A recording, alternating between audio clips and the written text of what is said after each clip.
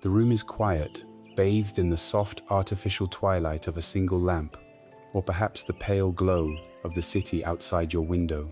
The world around you has settled into a deep and steady rhythm of rest, a gentle hum of stillness. Everything is peaceful, and yet, peace feels a world away.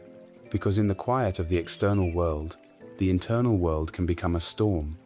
Here, in this stillness, the ghosts of the past choose to visit. They are not specters in white sheets, but they are ghosts nonetheless. They are the echoes of words spoken long ago, the shadows of faces you once knew, the heavy, familiar weight of feelings you thought you had buried. They move through the rooms of your mind, replaying scenes without your permission, whispering old narratives of regret, of hurt, of what could have been, and in their presence, sleep becomes a distant shore, and the present moment is lost, stolen by the unyielding grip of yesterday. This is the nature of old pain. It is more than just a collection of memories. It has become a story you have told yourself so many times that it feels like the only truth. It lives in the tension in your shoulders, the tightness in your chest, the quiet, persistent hum of anxiety that underscores your days. It manifests as the sudden wave of sadness that comes from nowhere, or the exhaustion that sleep cannot seem to cure. This pain has built an invisible prison, with walls made of sorrow and bars forged from fear, and you are both the prisoner, and without realizing it, the guard who keeps the gates locked. But there is another way. There is a path that does not involve fighting these ghosts, for fighting only makes them stronger. It does not involve trying to forget the past, for the mind holds on tighter to that which we try to force away. This path, illuminated by the gentle wisdom of Zen, is one of courageous tenderness. It is the path of changing your relationship with your own history. It is about learning to turn towards your pain, not with fear, but with a profound and healing curiosity. It is about discovering the power of self-compassion, learning to offer yourself a warm, unconditional embrace, creating a safe space within your own heart for every wound to be seen, to be heard, and to finally be soothed. This journey, over the next 3 hours, is an invitation to do just that. It is an act of profound self-love. It is your permission, granted by you, to yourself, to finally begin the process of healing, to release what is heavy, and to rest. So let us begin, not with a great effort, but with a gentle turning inward. Find a position that offers your body a sense of ease and dignity.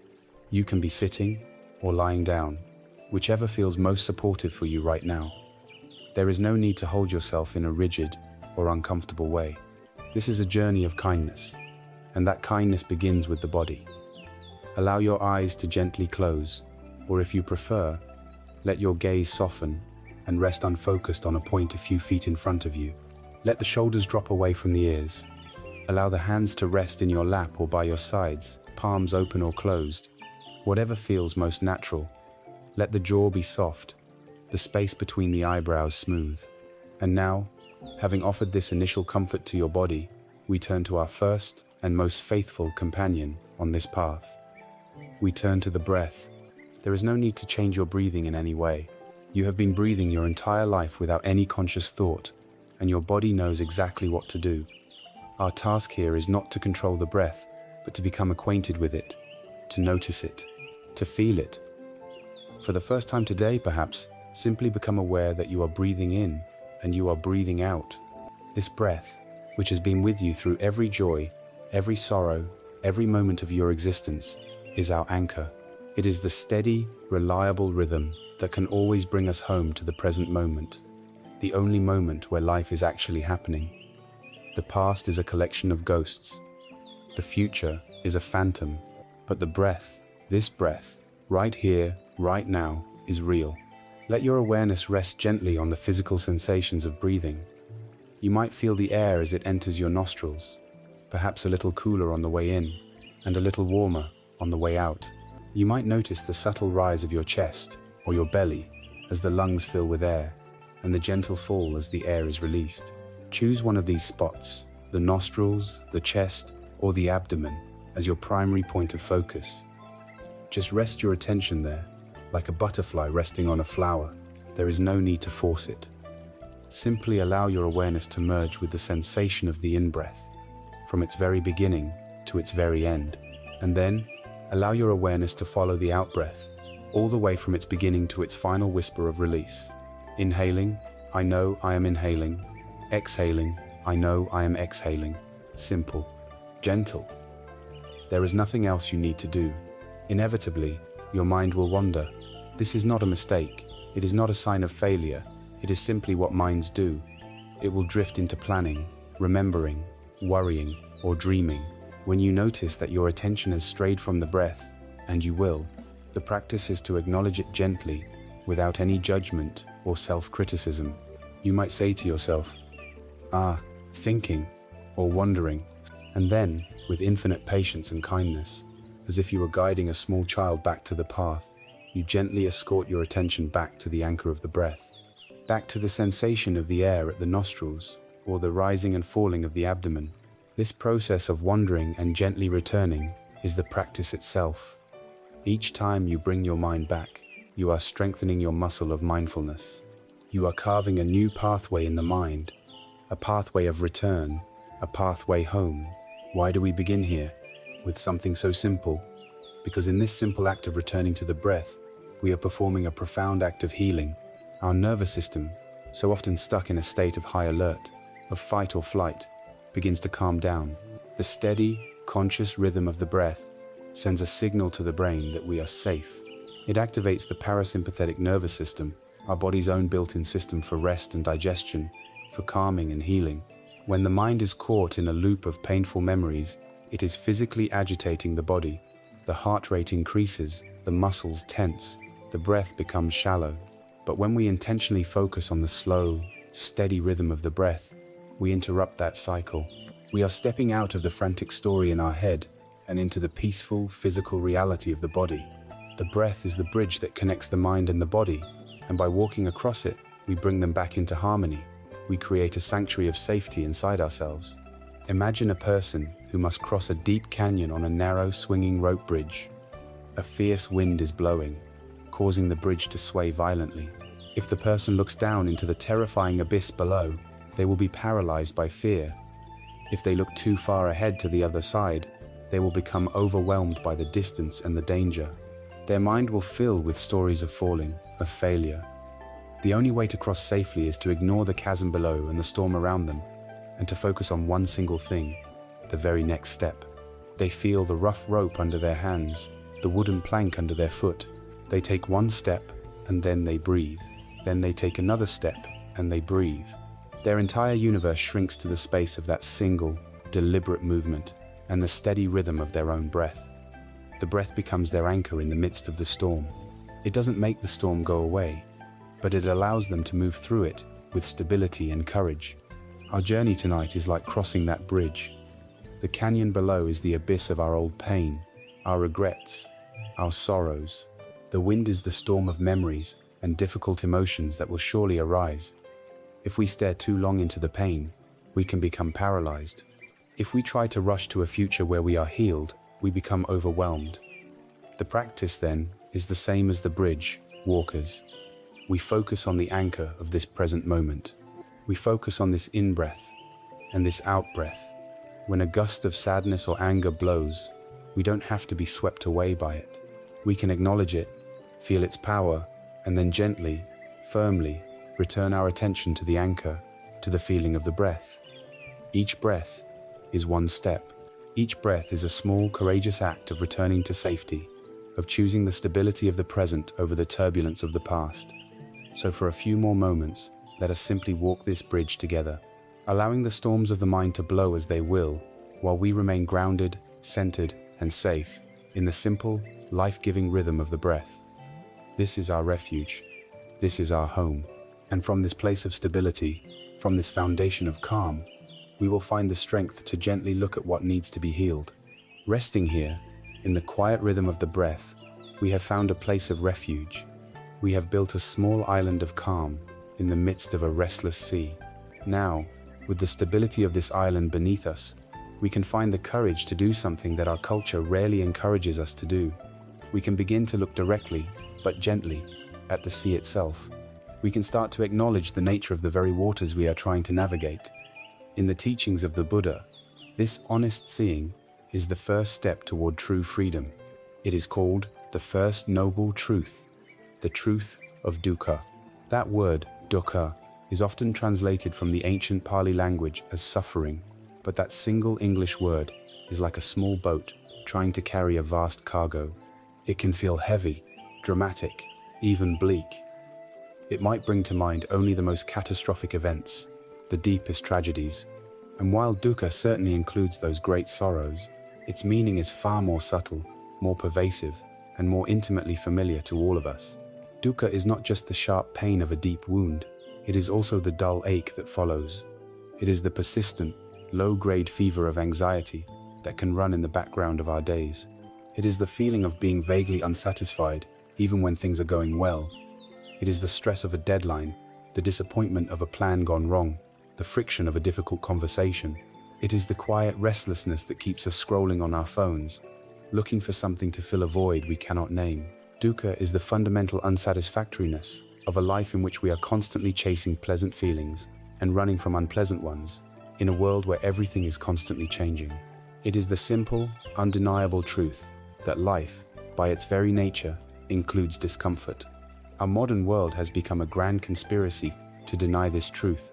We are told that if we buy the right product, achieve the right status, find the perfect partner, or curate the perfect image, we can eliminate discomfort forever. We are taught to numb our pain with distraction, to medicate our anxiety into silence, to bury our grief under a mountain of busyness. Our instinct, when faced with the first sign of dukkha, is to run, to turn away, to pretend it isn't there. But this running, this aversion, this denial, is a profound and exhausting struggle. It is like trying to hold a beach ball underwater. It takes a tremendous amount of energy to keep it submerged. We have to constantly be vigilant, constantly pushing it down.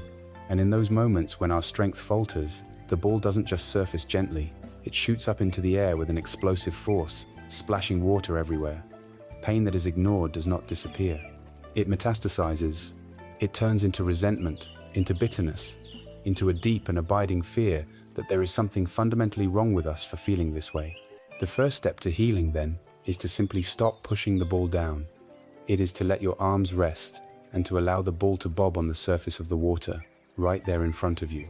It is to look at it, acknowledge its presence, and say, "Ah, yes, here is pain, here is sorrow, here is dukkha." There is a beautiful and poignant story that illustrates this truth. In the time of the Buddha, there was a young woman named Kisa Gotami. Her life was filled with joy when her first and only son was born, but her joy turned to blackest despair when the child, still just a toddler, fell ill and died. Consumed by a grief so powerful it bordered on madness, Kisa Gotami refused to accept his death.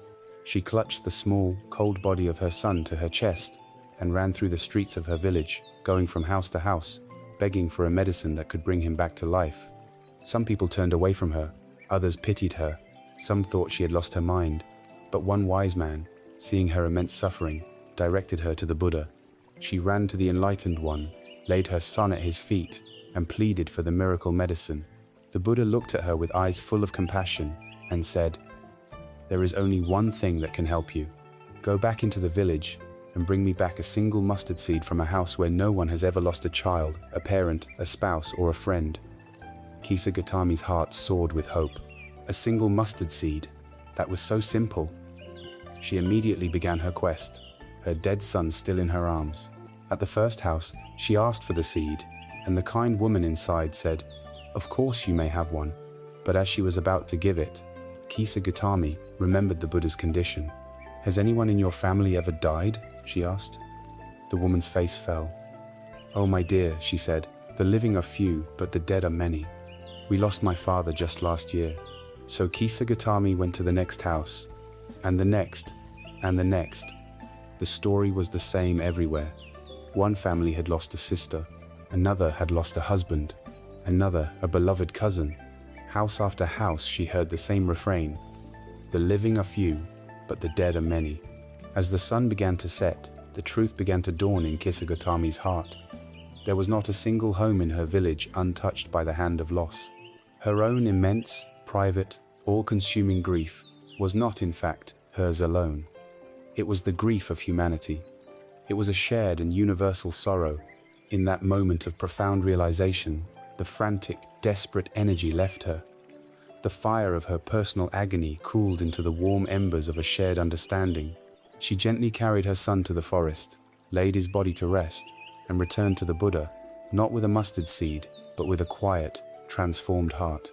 She had learned the first noble truth not as a theory, but as a living reality. The invitation for us, right now, is to become like Kisa Gautami in her moment of awakening.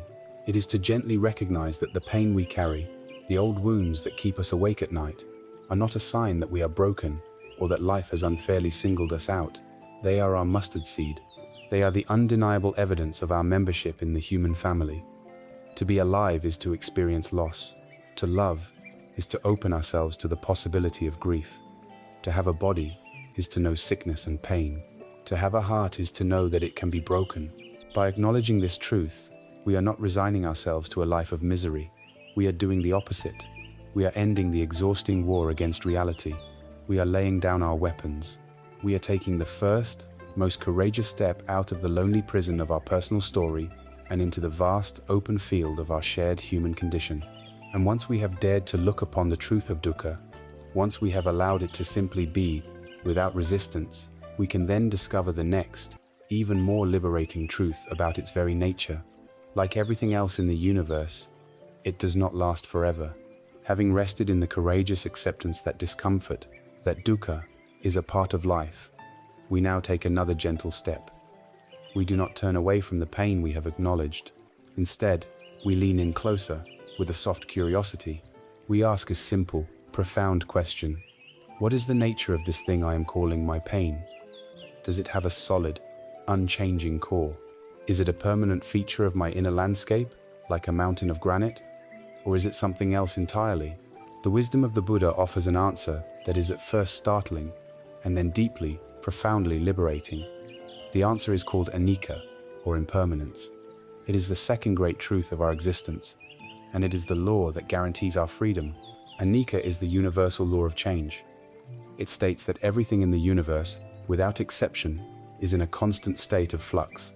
Nothing is static. Nothing is permanent. Everything that arises will, in time, pass away.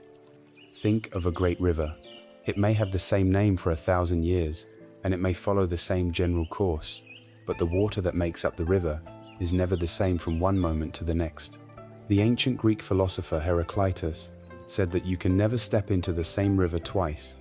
By the time you pull your foot out and put it back in, new water has flowed to that spot. The river is not a fixed thing, but a continuous, unfolding process. And so it is with our lives. Look around you. Even in the stillness of your room, the light is subtly shifting. The air currents are moving. Outside, the moon is tracing its silent arc across the sky. And inside you, this process is even more dramatic.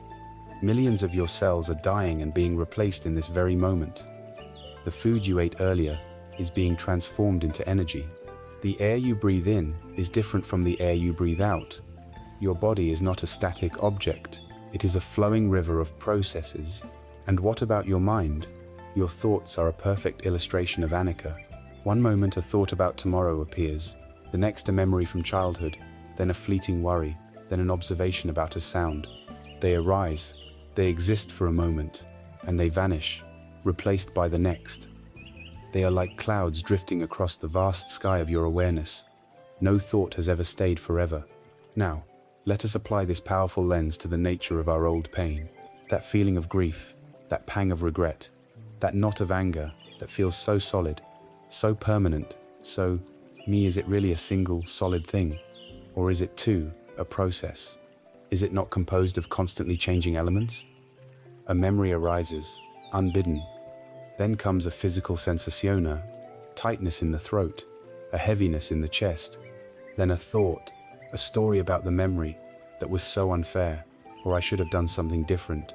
Then perhaps the physical sensation changes, moving from the chest to the stomach. Then another thought appears. The pain is not a monolith. It is a river of changing sensations, memories, and thoughts. It feels solid only because we keep feeding it the story that it is solid, that it is permanent. We grasp onto it, we identify with it, we replay the stories around it, and in doing so, we try to freeze the river. And the suffering we experience is the direct result of this impossible effort. We are trying to hold water in a clenched fist. The more we squeeze, the more it slips through our fingers, and all we are left with is the strain of our own effort. There is a timeless story of a powerful king who was both wise and prone to great swings of emotion. He summoned the most skilled jeweler in his kingdom and made a request. "Craft for me a beautiful ring," he said, "and on it, inscribe a short message, a few words that will serve me in all possible circumstances. When I am in the depths of despair, these words must give me hope. And when I am at the height of my success and power, they must bring me back to earth." The jeweler, a wise man himself, thought for a long time.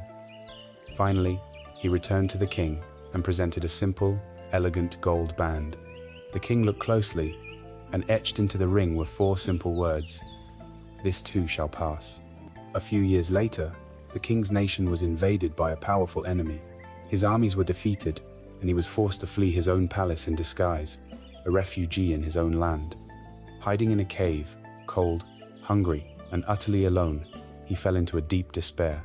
His life was over, his kingdom lost forever. As he wept, his fingers brushed against the ring on his hand. He remembered the message and held it up in the dim light. "This too shall pass." A profound sense of calm washed over him. He realized that this state of utter defeat was not a permanent reality. It was a moment in time, a chapter in his story, not the end. The words gave him the strength to endure, to gather his allies, and to eventually reclaim his throne.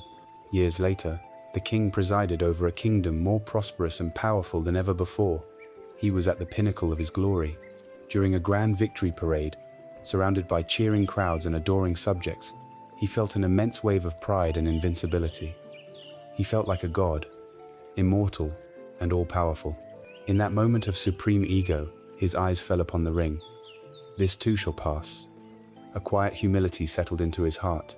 He understood that this moment of glory, like his moment of despair, was also transient. It was a beautiful wave, but it would eventually crest and recede back into the ocean. This realization did not diminish his joy. Instead, it deepened it. It allowed him to savor the moment fully, without clinging to it, knowing its precious, fleeting nature. This message is for us as well. The pain you feel, the grief that seems bottomless, the anxiety that feels like it will last forever, this too shall pass. This is not a platitude. It is a fundamental law of the universe. It is a promise. Your pain is a storm, but you are the sky. The storm will rage, but it cannot harm the sky. And eventually, all storms pass. Understanding this does not mean we become passive. It means we stop wasting our energy fighting an unwinnable war against the nature of reality. We learn to allow the waves of emotion to arise, to crest, and to pass away, without being swept out to sea by them. Let's feel this directly. Bring your attention once again back to your breath. But this time, observe it through the lens of Anika. Notice the very beginning of your in-breath. Feel it as a subtle sensation. Follow it as it grows, as it expands in the chest or the belly. Notice the peak of the inhalation, that tiny moment of fullness. And then, observe the turn, as the breath begins to release. Follow the out-breath all the way to its end, to the point of stillness before the next breath begins. See? Not a single thing, but a process, a cycle of arising, existing, and passing away. No 2 breaths are ever identical. Each one is a fresh, unique event. This is Anika in action. You are experiencing it right now.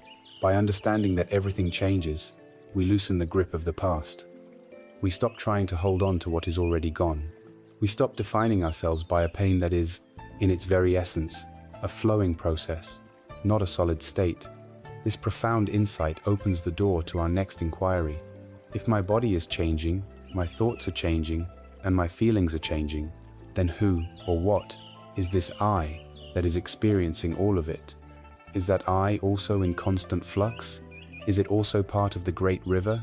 With the liberating truth of impermanence as our raft, we can now venture to explore this deepest of all questions. We have walked together into the truth that all things are impermanent, that our inner and outer worlds are like a great river, forever flowing and changing. This understanding brings a deep sense of relief, for it promises us that no pain, no matter how immense, can last forever. Now, holding this truth of Anika as our lamp, we venture into an even more intimate territory. We turn the light of our inquiry upon the inquirer itself. We begin to ask the question that lies at the very heart of our suffering. Who is this I that is in pain? Who is this I that carries the past? Who is this I that we work so hard to protect, to define, and to defend? This exploration leads us to a teaching that is perhaps the most profound, and at first, the most challenging in all of Buddhist wisdom. It is the teaching of anatta, often translated as no self. Now, it is vital that we approach this with great care. This teaching is not saying that you do not exist. Of course you exist. You are here, in this moment, breathing, feeling, listening, living. Anatta is not a denial of your existence, but an invitation to investigate the nature of your existence. It suggests that when we search for a solid, separate, unchanging self at the core of our being, a little pilot in the cockpit of the mind, an unshakable essence, we cannot find one. What we find instead is a beautiful, vibrant, and interconnected process. Think of an orchestra playing a symphony. There is music, beautiful and complex. But where is the symphony? Is it in the violin, the cello, the trumpet, number? The symphony is the interplay of all the instruments together. It has no independent existence apart from its component parts, all changing and flowing from one note to the next. The teaching of anatta suggests that the self is like that symphony. It's a label we give to a collection of 5 constantly changing processes, known as the 5 aggregates. There is the body, our physical form, which is always changing. There are our feelings, pleasant, unpleasant, and neutral, which arise and pass away moment by moment. There are our perceptions, the way we recognize and label things. There are our mental formations, which include our thoughts, our intentions, our habits, our beliefs, all in constant motion. And finally, there is consciousness, the simple faculty of knowing or being aware, which flickers from object to object, aware of a sound, then a thought, then a sensation. These 5 processes, flowing and interacting together, create the experience we call me. But there is no separate me standing behind them, pulling the strings. We are the process itself. We are the music, not a separate listener. There is an ancient Greek paradox that beautifully illustrates this idea. It is the story of the ship of Theseus. Theseus, the great hero, had a famous ship that was preserved in the harbor as a memorial. Over the decades, as the old wooden planks began to rot, they were replaced, one by one, with new, identical planks.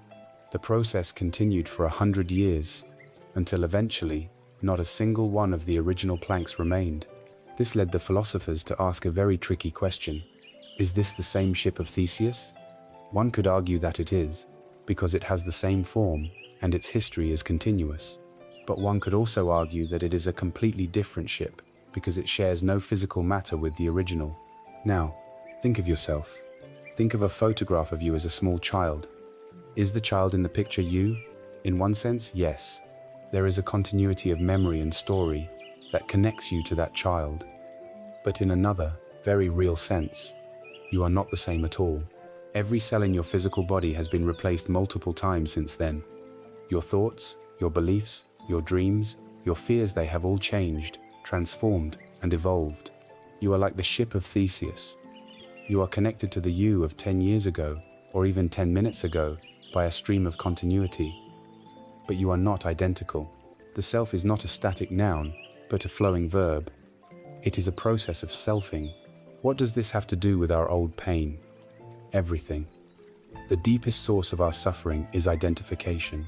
We take a painful memory from the past, an event that happened to a previous version of ourselves, and we identify with it so completely that we make it the core of who we are now. We say, I am a trauma survivor, or I am a person who was abandoned, or I am a failure. When we do this, we are taking a single, old, rotting plank from the original ship and insisting that it defines the entire vessel as it exists today. We are cementing a fluid process into a solid, painful identity. The teaching of anatta offers us a radical freedom from this. It invites us to see that the I who was hurt so long ago is not the same I who is sitting here, breathing, in this present moment. The pain is real, the memory is real, but the identification is optional. We can learn to change our inner language. Instead of saying, I am sad, we can gently observe, there is a feeling of sadness present in the body and mind right now. Instead of I am full of anxiety, we can notice, the energy of anxiety is moving through me. Can you feel the difference? Can you sense the space that opens up with that small, powerful shift? In the first statement, I am sad, there is no space. The I and the sadness have merged into one solid block of suffering. In the second, sadness is present. There is an I who is aware, and there is the sadness which is being observed. The sadness is a cloud, and you have just realized that you are the sky. The cloud is happening within you, but it is not you. This space, this gap between awareness and the object of awareness, is the beginning of liberation. Let's try a small experiment. For a moment, just notice what is happening. Perhaps you can notice the feeling of the breath. Now, notice a thought that arises. Just see it. And now, gently ask yourself, who is noticing this? Don't try to find an answer in words. Simply rest in the question. Rest in the quality of awareness itself. The silent, spacious knowing that is aware of the breath, aware of the thought, aware of the body. This awareness is not defined by what it sees. It is open, clear, and free. This is a glimpse of anatta in practice. It is the discovery that your truest nature is not the fleeting content of your experience, the painful memories, the difficult emotions, but the timeless, open awareness in which all of that content is allowed to arise and pass away. By loosening our fierce grip on a solid, separate self, we are not losing anything of value. We are losing a burden. We are losing the exhausting job of having to defend a fragile identity. We are losing the prison of a past that we have mistaken for our permanent address. And in its place, we find connection, we find flow, and we find a vast, compassionate space in which to hold our own experience. Now that we understand we are the sky, not the clouds, we can learn to watch those clouds of feeling pass by with a new sense of wisdom and peace. We have journeyed through the profound truths of impermanence and no-self. We have seen that we are not a solid, fixed entity, but a flowing river. We are not the fleeting clouds of thought and emotion, but the vast, open sky in which they appear. This is a liberating realization, but it naturally leads to a practical question. How, then, do we live as the sky when the storm clouds gather? How do we relate to the powerful energies of sadness, fear, and anger when they sweep through our awareness? The answer lies in cultivating a new way of seeing, a new relationship with our inner world, grounded in the simple, yet radical, act of observing without judgment. Our default way of relating to our feelings is one of instant judgment. The moment a feeling arises, we sort it into one of two boxes, good or bad. If it's a good feeling, joy, excitement, love, we grasp onto it. We cling to it, terrified of it leaving, and this very clinging introduces a subtle anxiety that taints the joy itself.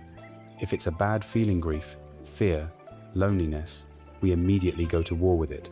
We try to suppress it, to argue with it, to distract ourselves from it, or to numb it. We believe that if we just fight hard enough, we can banish these unwelcome visitors from our inner home. But this internal war is exhausting, and it is a war we can never win. Fighting our feelings is like trying to flatten the waves in the ocean. The struggle itself creates more turbulence. By judging our emotions, we become entangled with them. We pour the fuel of our resistance onto the fire of our pain, and we wonder why the blaze grows stronger. The path of mindfulness offers a different way. It invites us to become a gentle, curious scientist of our own inner experience. It invites us to simply watch. When a feeling begins to arise, instead of our habitual reaction of either clinging or fighting, we practice gently noting its presence. This is not a complex analysis. It is the simple act of applying a soft, mental label, almost like a whisper in the mind. If a wave of sadness washes over you, you simply note, sadness, sadness. If you feel a knot of worry tightening in your stomach, you can note, worry, worry, or fear, or longing, or irritation. The word itself is not as important as the tone.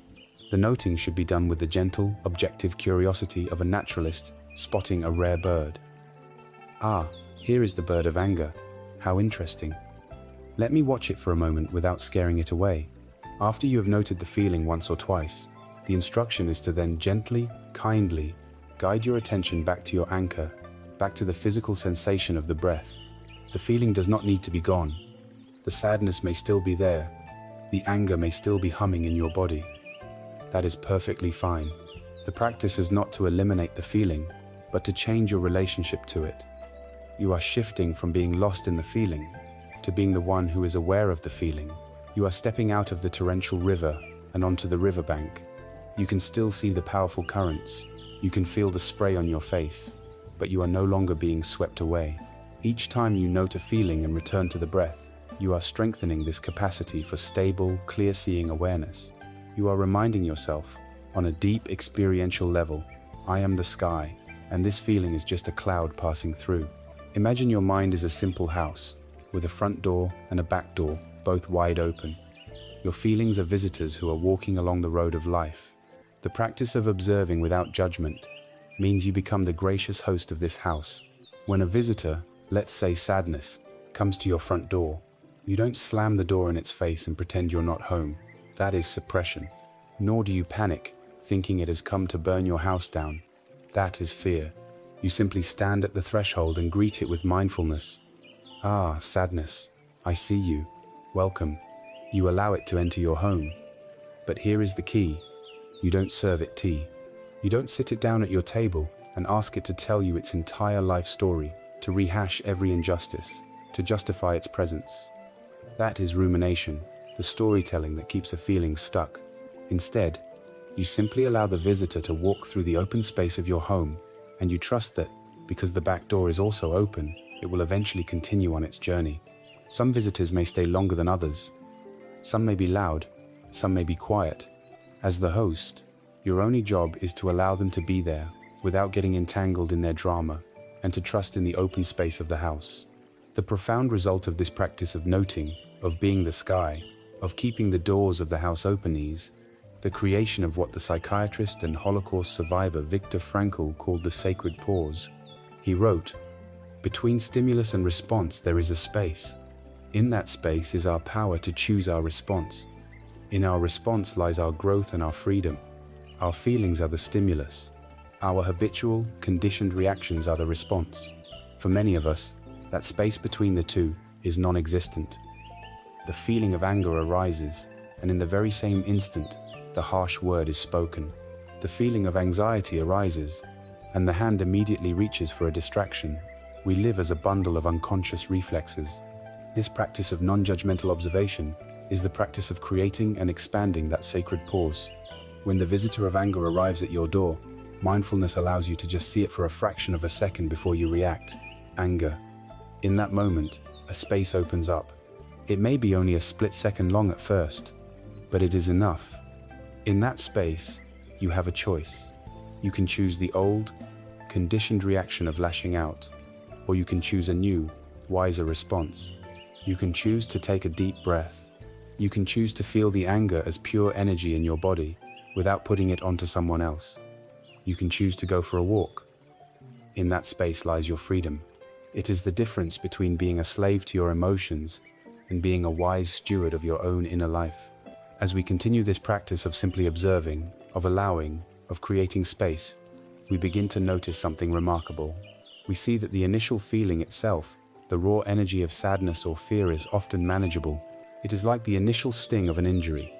It is the reaction to the feeling, the judgment, the storytelling, the resistance that creates the most intense and prolonged suffering. It is our frantic attempt to fight the feeling that becomes more painful than the feeling itself. We are beginning to see, with our own direct experience, the fine but crucial distinction between the unavoidable pain that life brings and the optional suffering that we add on top of it. And this discovery leads us directly to one of the most practical and transformative teachings for healing old wounds, the parable of the second arrow. Through the gentle practice of observing our feelings without judgment, we begin to notice a subtle but life-altering distinction. We see the arrival of a feeling, like a cloud appearing in the sky, and we see our reaction to that feeling, which is a secondary event.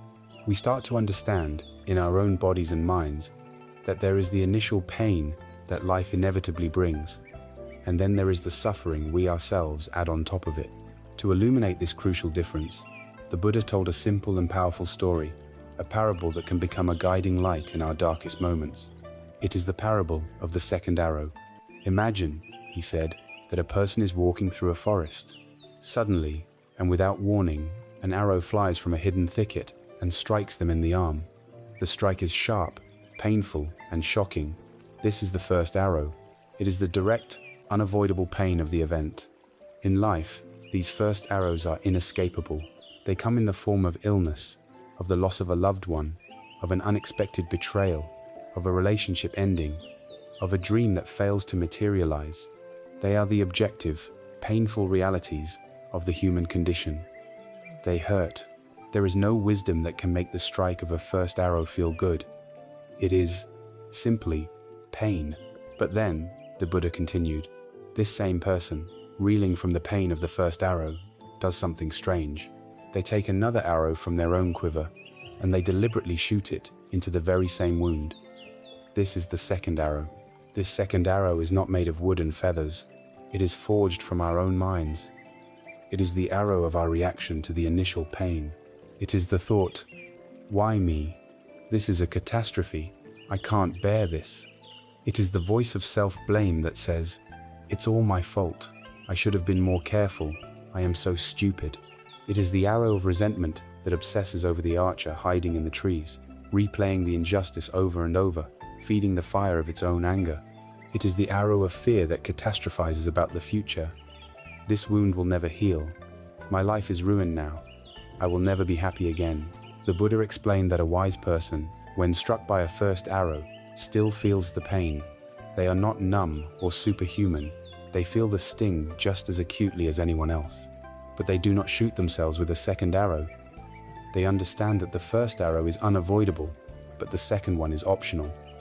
And because of this, their suffering is immeasurably less. Most of us, however, live our lives being struck by a first arrow and then proceeding to shoot ourselves with a second, a third, a fourth, and a veritable volley of arrows, each one deepening the original wound, each one adding a new layer of self-inflicted suffering. Let us look at this in the context of our own old pain, the event that happened in the past, the harsh words that were spoken, the act of abandonment, the moment of failure that was the first arrow. It struck a long time ago. The pain was real, sharp, and undeniable. But the suffering we experience today, the reason that wound still feels so fresh and keeps us awake at night, is almost entirely the work of the second arrows we have been shooting ever since. Each time we replay the event with bitterness, we are shooting a second arrow of resentment. Each time we tell ourselves we are unworthy or unlovable because of what happened, we are shooting a second arrow of self-blame. Each time we live in fear that it will happen again, cementing it as the central truth of our lives, we are shooting a second arrow of anxiety. We have become our own tormentor, diligently keeping the wound infected with the poison of our own reactions. To begin healing, we must first learn to recognize when we are holding the bow. The practice is to cultivate a second arrow detector in our own minds. When you feel a wave of distress, when that familiar old pain surfaces, the invitation is to pause, take a breath, and gently ask yourself, what am I feeling right now? Is this the clean pain of the first arrow? Or am I adding the muddy, complicated suffering of a second arrow? You might notice the first arrow sensation, a simple, raw feeling of sadness in the chest, a tightness of grief, and then you might notice the second arrow thoughts that are swirling around it. This is never going to go away. I can't handle this. Nobody understands. The moment you recognize a second arrow, you have already taken the first step toward freedom. This recognition is not a moment for more criticism. This is crucial. If you notice yourself shooting a second arrow and then say, there I go again, being so negative. I'm terrible at this. You have just shot yourself with a third arrow of self-judgment. The antidote to the second arrow is not aggression, it is compassion. It is the gentle and wise recognition of, here is the habit of adding suffering to pain. This is the mind's old conditioning. And then, you turn your attention to the original wound, the first arrow's pain. You see that it hurts enough already. It does not need any more poison. And so, with kindness, you can choose to put down the bow. You can choose to offer yourself comfort instead of criticism. You can say to yourself, "This sadness hurts." Of course it does. Let me be gentle with myself right now. Let me just breathe with this feeling without adding any stories to it. This understanding is profoundly empowering. For so long, we may have felt like helpless victims of our past. We felt that the pain was something being done to us. But the teaching of the second arrow reveals that while we were not responsible for the first arrow, we have been, often unconsciously, participating in the perpetuation of our own suffering. And this is the best news possible, because if we are participating in it, it means we have the power to stop. We can make a different choice. We can decide, in this very moment, that we will no longer shoot ourselves with the arrows of blame, resentment, and fear. We can decide that the original wound is enough, and that from now on, our response to that wound will be one of tenderness, of care, of healing balm. But this raises an important question. If these second arrows cause so much pain, why is our instinct to reach for them so automatic? Why does the mind, in a misguided attempt to protect itself, engage in these patterns that only deepen our suffering? To truly disarm this habit, we must look deeper into the very soil from which these habits grow. We must begin to understand the laws of cause and effect in our own minds, the deep-seated patterns of karma and conditioning that have taught us, over a lifetime, to reach for that second arrow without even thinking. We have seen, with the wisdom of the second arrow, that we possess a deep-seated habit of adding our own suffering on top of life's inevitable pain. This recognition is a doorway to freedom, but it also begs a crucial question. Why? Why is this reaction so swift, so automatic, so deeply ingrained that it often happens before we are even aware of it? To understand this, we must gently look into the laws that govern our inner world, into the very source code of our habits. This is the teaching on karma and its constant companion, habit energy. Now, the word karma is one of the most misunderstood concepts from Eastern philosophy.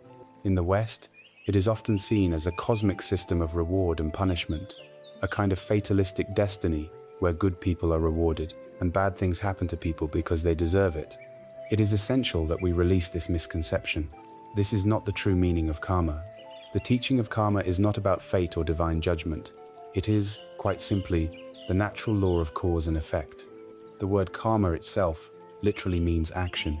It is the principle that every action we perform with our body, our speech, and most importantly, with our mind, is a cause that plants a seed, and that seed will, under the right conditions, ripen into an effect, a result.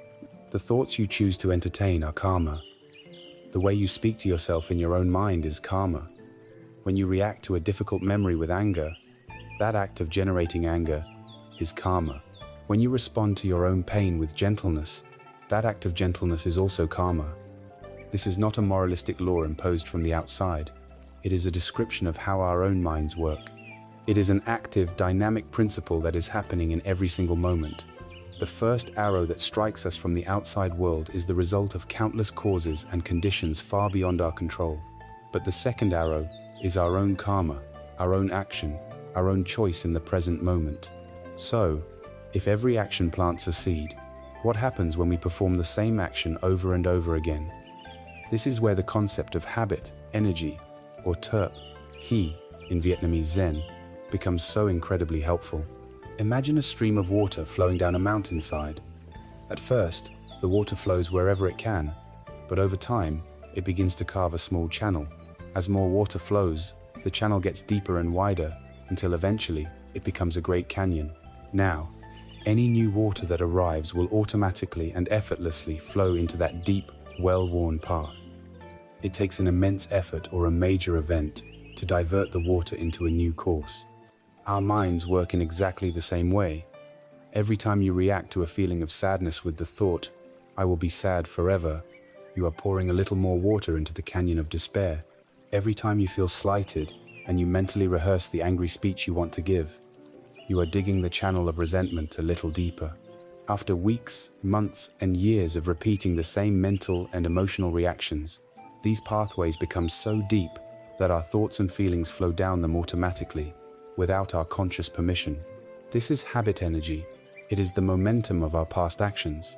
This is why the second arrow feels so automatic. We are not weak or broken. We are simply following the deepest grooves that have been carved into our own consciousness by a lifetime of repetition. Understanding this is a profound act of self-compassion. It allows us to stop blaming ourselves. Of course we react this way. It is the path of least resistance in our own minds. Let us use another image. Think of your mind as a garden. In this garden, there are all kinds of seeds. There are seeds of anger, fear, and despair. And there are also seeds of understanding, compassion, and joy. For many of us, for much of our lives, we have been unconscious gardeners. We have been unconsciously watering the seeds of the weeds. When a painful event happened, we reacted with fear, and that fear reaction was like water for the seed of fear.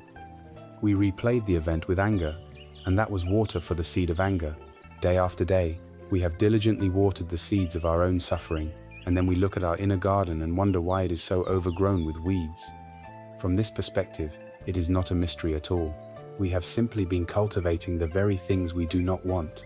The good news, the wonderful, life-changing news, is that we can become conscious gardeners. The practice of mindfulness is the act of turning on the lights in the garden. For the first time, we can see clearly what is growing there. We can learn to recognize the weeds of our unskillful habit energies as they begin to sprout, and we can make a new choice. We can choose to stop watering them. When we notice the automatic thought of self-criticism arising, we can recognize it. The weed of self-blame, and we can choose not to pour our attention, our energy, our belief into it. And even more importantly, we can begin to consciously plant and water the flowers. We can intentionally plant the seeds of compassion by practicing loving kindness for ourselves. We can water the seeds of joy by taking a moment to appreciate something beautiful. We can cultivate the seeds of understanding by reflecting on these teachings. Every time you respond to your own pain, not with a second arrow, but with a moment of gentleness, you are watering the seed of compassion. At first, this new flower may seem small and fragile next to the large established weeds. But if you water it every day with your practice, it will grow stronger. You are intentionally creating new karma. You are carving a new, healthy channel on the mountainside. You are creating a new, beautiful crease in the paper of the mind. Modern neuroscience now has a term for this process: neuroplasticity. It has proven that the brain can and does change its structure and function based on our repeated focus and behavior. We can literally rewire our own minds. So, you are not a prisoner of your past conditioning. You are not doomed to repeat the same painful reactions forever. You are the gardener. You have the seeds, you have the water of your attention, and you have the light of mindfulness. You have the power to stop cultivating suffering and to begin, right here and now, cultivating peace, understanding, and freedom.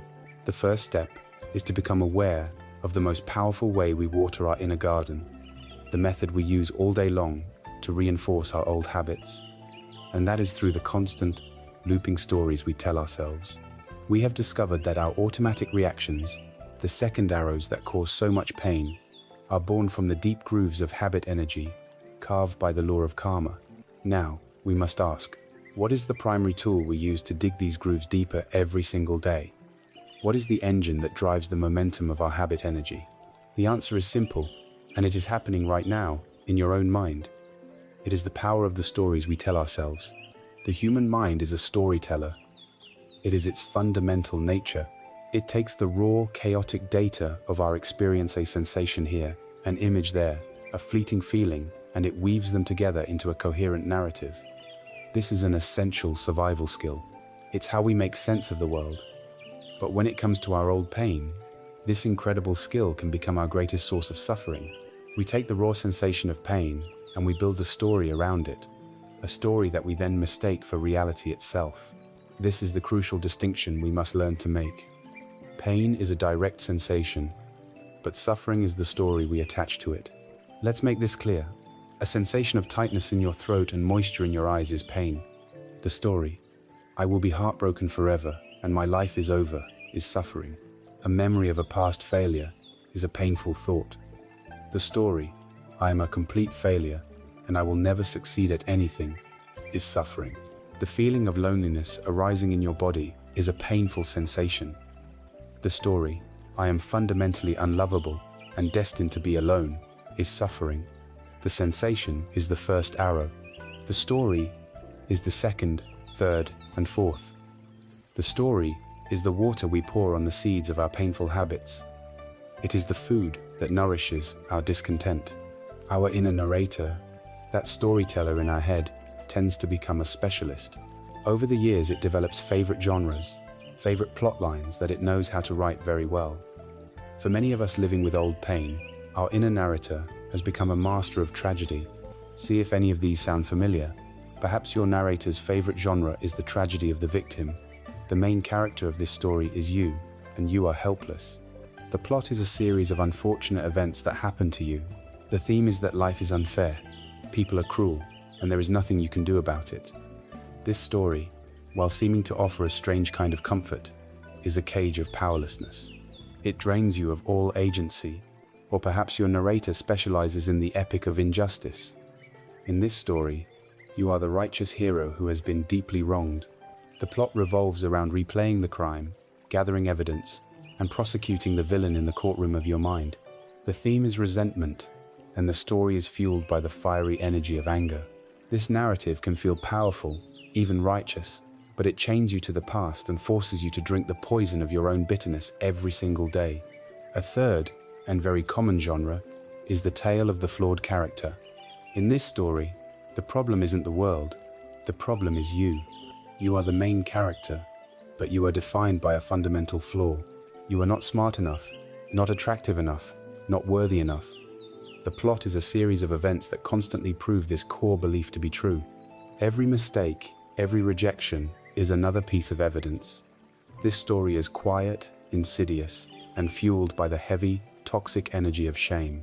Take a moment, with kindness, and without judgment, to reflect. Which of these stories does your inner narrator love to tell? We all have a favorite. Recognizing the story is not an act of self-criticism. It is an act of profound mindfulness. It is turning on the light in the movie theater of your mind and realizing, oh, I've seen this film before. I know exactly how it ends.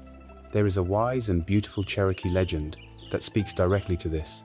An old grandfather is teaching his grandson about life. He says, "A fight is going on inside me. It is a terrible fight, and it is between two wolves. One wolf is evil. He is anger, envy, sorrow, regret, greed, arrogance, self-pity, guilt, resentment, inferiority, lies, false pride, superiority, and ego." He continued, "The other is good. He is joy, peace, love, hope, serenity, humility, kindness, benevolence, empathy, generosity, truth, compassion, and faith." The same fight is going on inside you, and inside every other person too. The grandson thought about it for a minute, and then asked his grandfather, "Which wolf will win?" The old Cherokee simply replied, "The one you feed." Our stories are the food. Every time you press play on the story of the helpless victim, you are feeding the wolf of self-pity and sorrow. Every time you rehearse the story of injustice, you are feeding the wolf of anger and resentment. Every time you listen to the quiet, poisonous whisper of your own inadequacy, you are feeding the wolf of shame and guilt. For years, we may have been feeding the dark wolf without even realizing we had a choice. We thought its growl was the only sound in the forest. The practice, then, is to become aware of what we are feeding. It is to begin to question the stories. When that old, familiar narrative begins to play in your mind, you can gently ask it a few questions, not in an aggressive way, but with a spirit of gentle curiosity. You can ask, is this story I'm telling myself absolutely 100% true? Is it true that you are a complete failure? Has there never been a single moment of success or learning in your life? Is it true that you are destined to be alone forever? Has there never been a moment of connection, of kindness given or received? The purpose of these questions is not to deny that pain happened, but to challenge the absolute black and white nature of the stories we build around it. Then you can ask, how do I feel? What happens in my body when I believe this story? You will likely notice a feeling of tightness, of heaviness, of exhaustion. You are feeling the direct effect of feeding the dark wolf. And then, the most liberating question of all, who would I be? How would I feel if I were unable to believe this story right now? Just for a moment, imagine your mind without that story. What is left? Often, what is left is simply the present moment. The feeling of the breath, the sounds in the room, a sense of open space. This is a taste of freedom. This is the peace that comes when you stop feeding the wolf. We are not trying to violently destroy the old stories. We are simply choosing to stop giving them our attention, our belief, our energy. We are putting down the bowl of food, and instead, we are turning our attention to the other wolf. We are choosing to notice moments of kindness, to remember moments of strength, to look for evidence of hope. We are choosing to feed the wolf of compassion and peace. These stories we tell are not just abstract, intellectual events. They are powerful incantations that have a direct and immediate effect on our physical being. They are the blueprints for how we hold our bodies, and it is in the body that the oldest stories are truly written. We have uncovered the powerful truth that we are the storytellers of our own suffering, that the narratives we repeat in our minds are the very food that nourishes the wolf of our pain. Now, we must understand that these stories are not just immaterial thoughts that float in a void. They are incantations. They are spells that we cast upon ourselves, and the body is where these spells take root. The body is the living, breathing archive of every story we have ever told ourselves, the library of every feeling we were unable to process. It holds the memory of our joy, but it also faithfully stores the residue of our old pain. Modern science is beginning to understand what ancient wisdom has always taught. The body keeps the score. When we experience an emotion that is too overwhelming or inconvenient to feel fully, a surge of anger, in a situation where it feels unsafe to express it, a wave of grief we are told to get over, that energy does not simply vanish. It becomes trapped in the body's tissues. It manifests as a chronic tightness in the shoulders, carrying the weight of unspoken burdens. It becomes a permanently clenched jaw, holding back years of unsaid words. It becomes a knot in the pit of the stomach, the physical residue of chronic fear. It becomes a hollow ache in the center of the chest, the echo of old heartbreaks. Your body is a landscape, and every unresolved emotional event has left its mark upon the terrain. These aches and tensions are not just random physical ailments.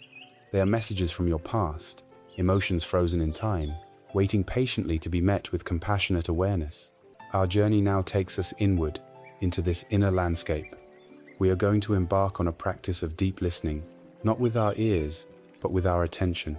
This is a body scan, a journey of gentle exploration to become reacquainted with the home you live in. So, wherever you are, allow your position to be one of comfort and ease. Let your eyes close gently, and bring your awareness, like a soft, warm light, all the way down to the tips of your toes. There is no need to change or fix anything you find. The only task is to notice. Simply feel the sensations in your toes. You might feel warmth, coolness, tingling, or perhaps you feel nothing at all. Numbness is also a sensation worth noticing. Just be with whatever is there. Now, allow that warm light of your attention to expand, illuminating your entire feet. The soles, the heels, the ankles. What is present here? Is there a sense of connection to the ground? Is there weariness? Just feel. Gently, let your awareness travel upward into your lower legs, the shins and the calf muscles. So often we hold tension here from the simple act of moving through the world. Just notice, allowing the muscles to soften under the gentle gaze of your attention.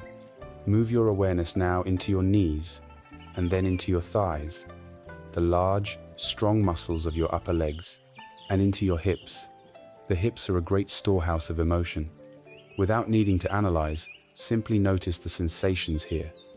Is there tightness? Is there openness? Just feel and breathe. Now, bring your awareness to the entire pelvic region and then to your lower back, another area that carries so much of our physical and emotional strain. Let your breath be soft as you illuminate this area with your attention, offering it a moment of rest. Let your awareness flow into your stomach and abdomen. We often clench these muscles in moments of fear or anxiety. Can you allow your belly to be soft, to rise and fall naturally with the breath? You are safe here. Allow it to be soft. Travel upward now into your chest, the home of the heart and lungs. Feel the gentle, rhythmic movement of your breathing here. Is there a sense of openness? Or does it feel constricted, guarded? Whatever you find, it is perfectly okay. Just meet it with kindness. Let your attention expand into your hands.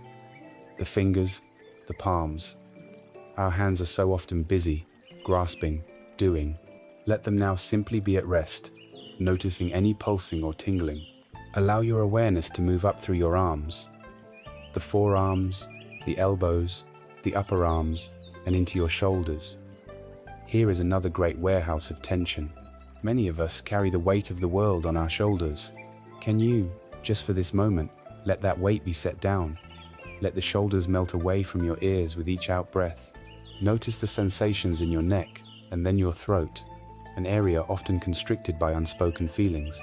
And now, bring your awareness to your face. Soften the muscles of your jaw, letting the teeth part slightly. The jaw holds so much determination, so much anger. Let it be soft. Soften the cheeks, the lips, the tongue. Soften the tiny muscles around your eyes.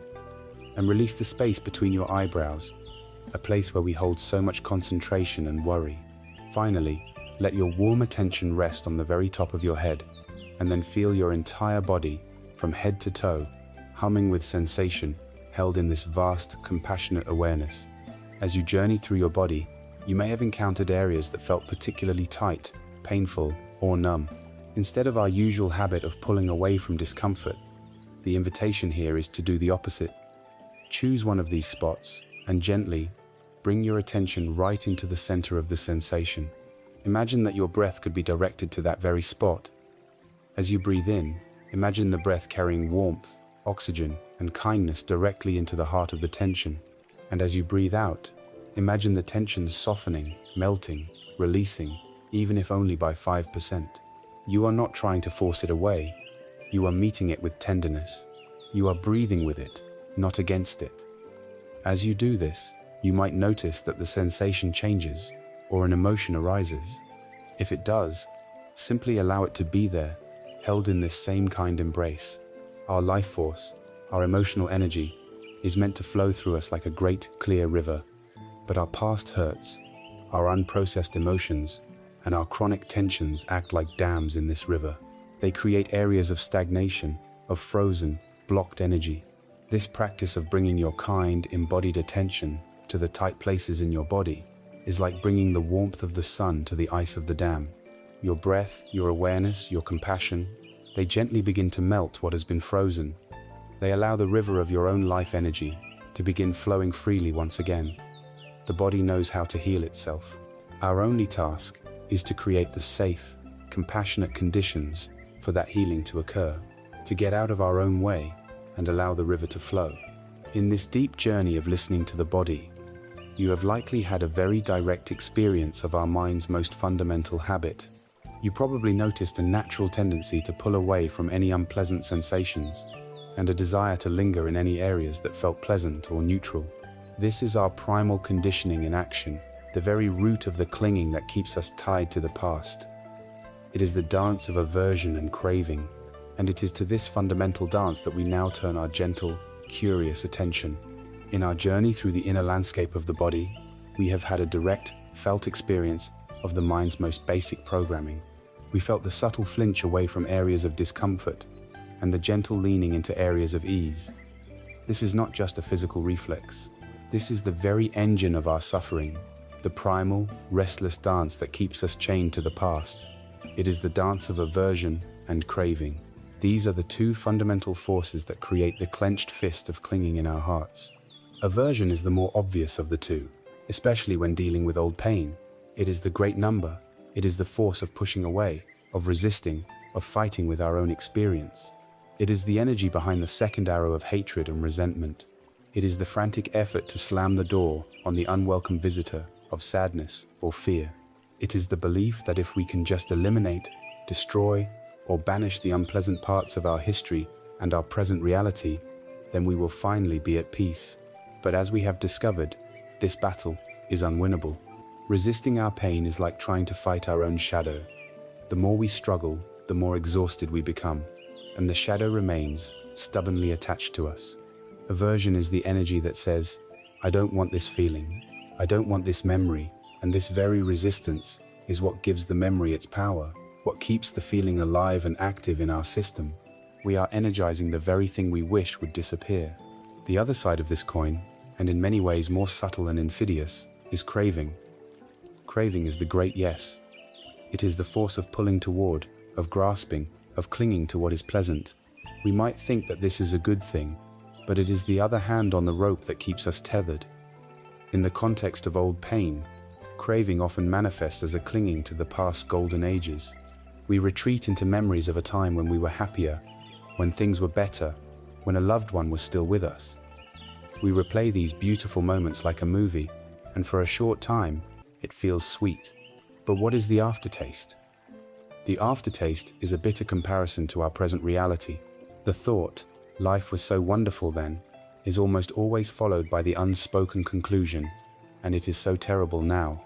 This clinging to past joy devalues the present moment. It creates a constant, low-grade dissatisfaction. It ensures that our current life can never measure up. This, too, is a way of being imprisoned by the past. Whether we are chained by the iron shackles of a painful memory or the golden shackles of a pleasant one, we are still not free. Aversion and craving are two different flavors of the same poison. The refusal to accept the world and ourselves as we actually are in this present moment. There is a classic story that perfectly illustrates how this trap works. In a forest, a hunter devised a clever trap for a monkey. He took a coconut, made a small hole in it, just big enough for a monkey's open hand to slide through, and placed a sweet, sticky rice cake inside. Then he chained the coconut to the base of a tree. Soon, a monkey came along, smelled the delicious treat, and slipped its hand into the coconut. It grasped the rice cake, making a tight fist. But now, its fist was too large to pull back through the narrow opening. The monkey was trapped. It pulled and tugged, screeching in frustration and fear. It fought against the trap, yanking its arm until it was raw, but it couldn't get free. The hunter returned and simply picked up the trapped and terrified monkey. The monkey's predicament is a perfect metaphor for our own. The sweet rice cake is whatever we are clinging to, a pleasant memory, a story of injustice that gives us a sense of identity, a belief about ourselves. Our desire, our craving, makes us grasp it. But once we have made a fist, we are trapped.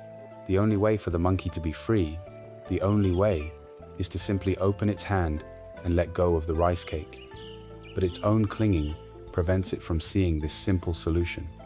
Its aversion to being trapped, its frantic struggle, only cements its fate. We are that monkey. Our suffering is the clenched fist.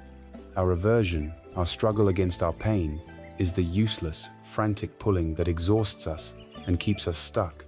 Freedom, for us, as for the monkey, lies in the one act we are most afraid to do, to let go, to open the hand of the mind. This is the middle path of the Buddha. It is a path that walks directly between the two extremes of aversion and craving. It is the practice of non-engagement.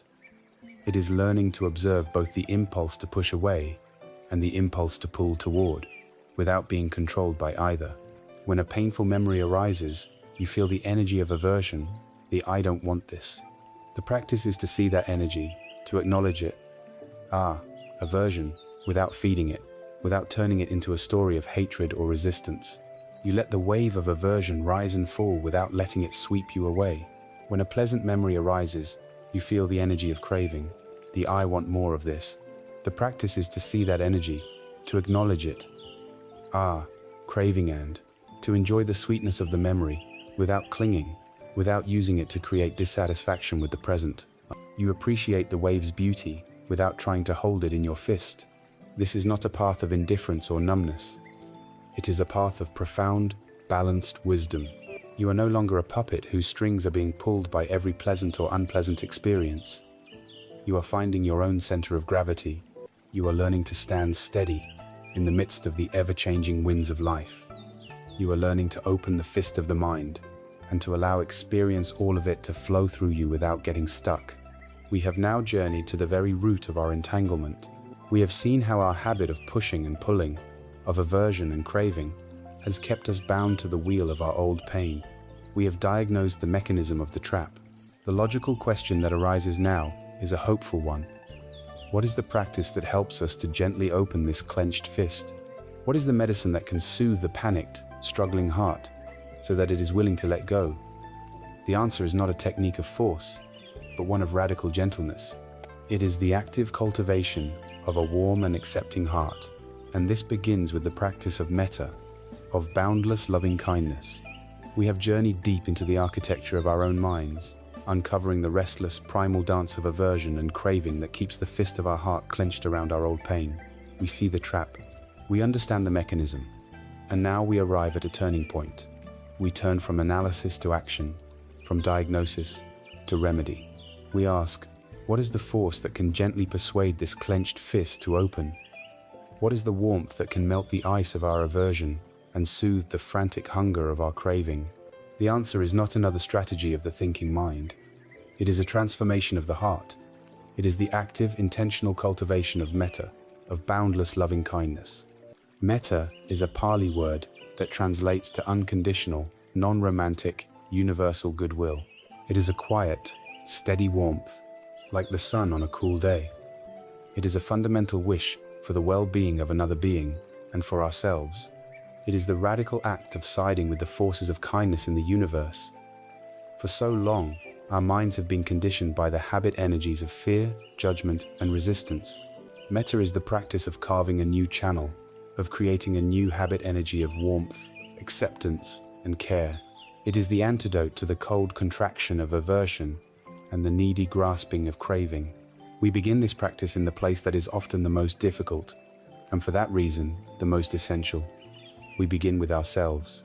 For many of us, particularly those carrying old wounds of inadequacy or shame, this can feel awkward, selfish, or even impossible. The inner critic may immediately protest, "I don't deserve this," or "This is just sentimental nonsense." Please know that this resistance is completely normal.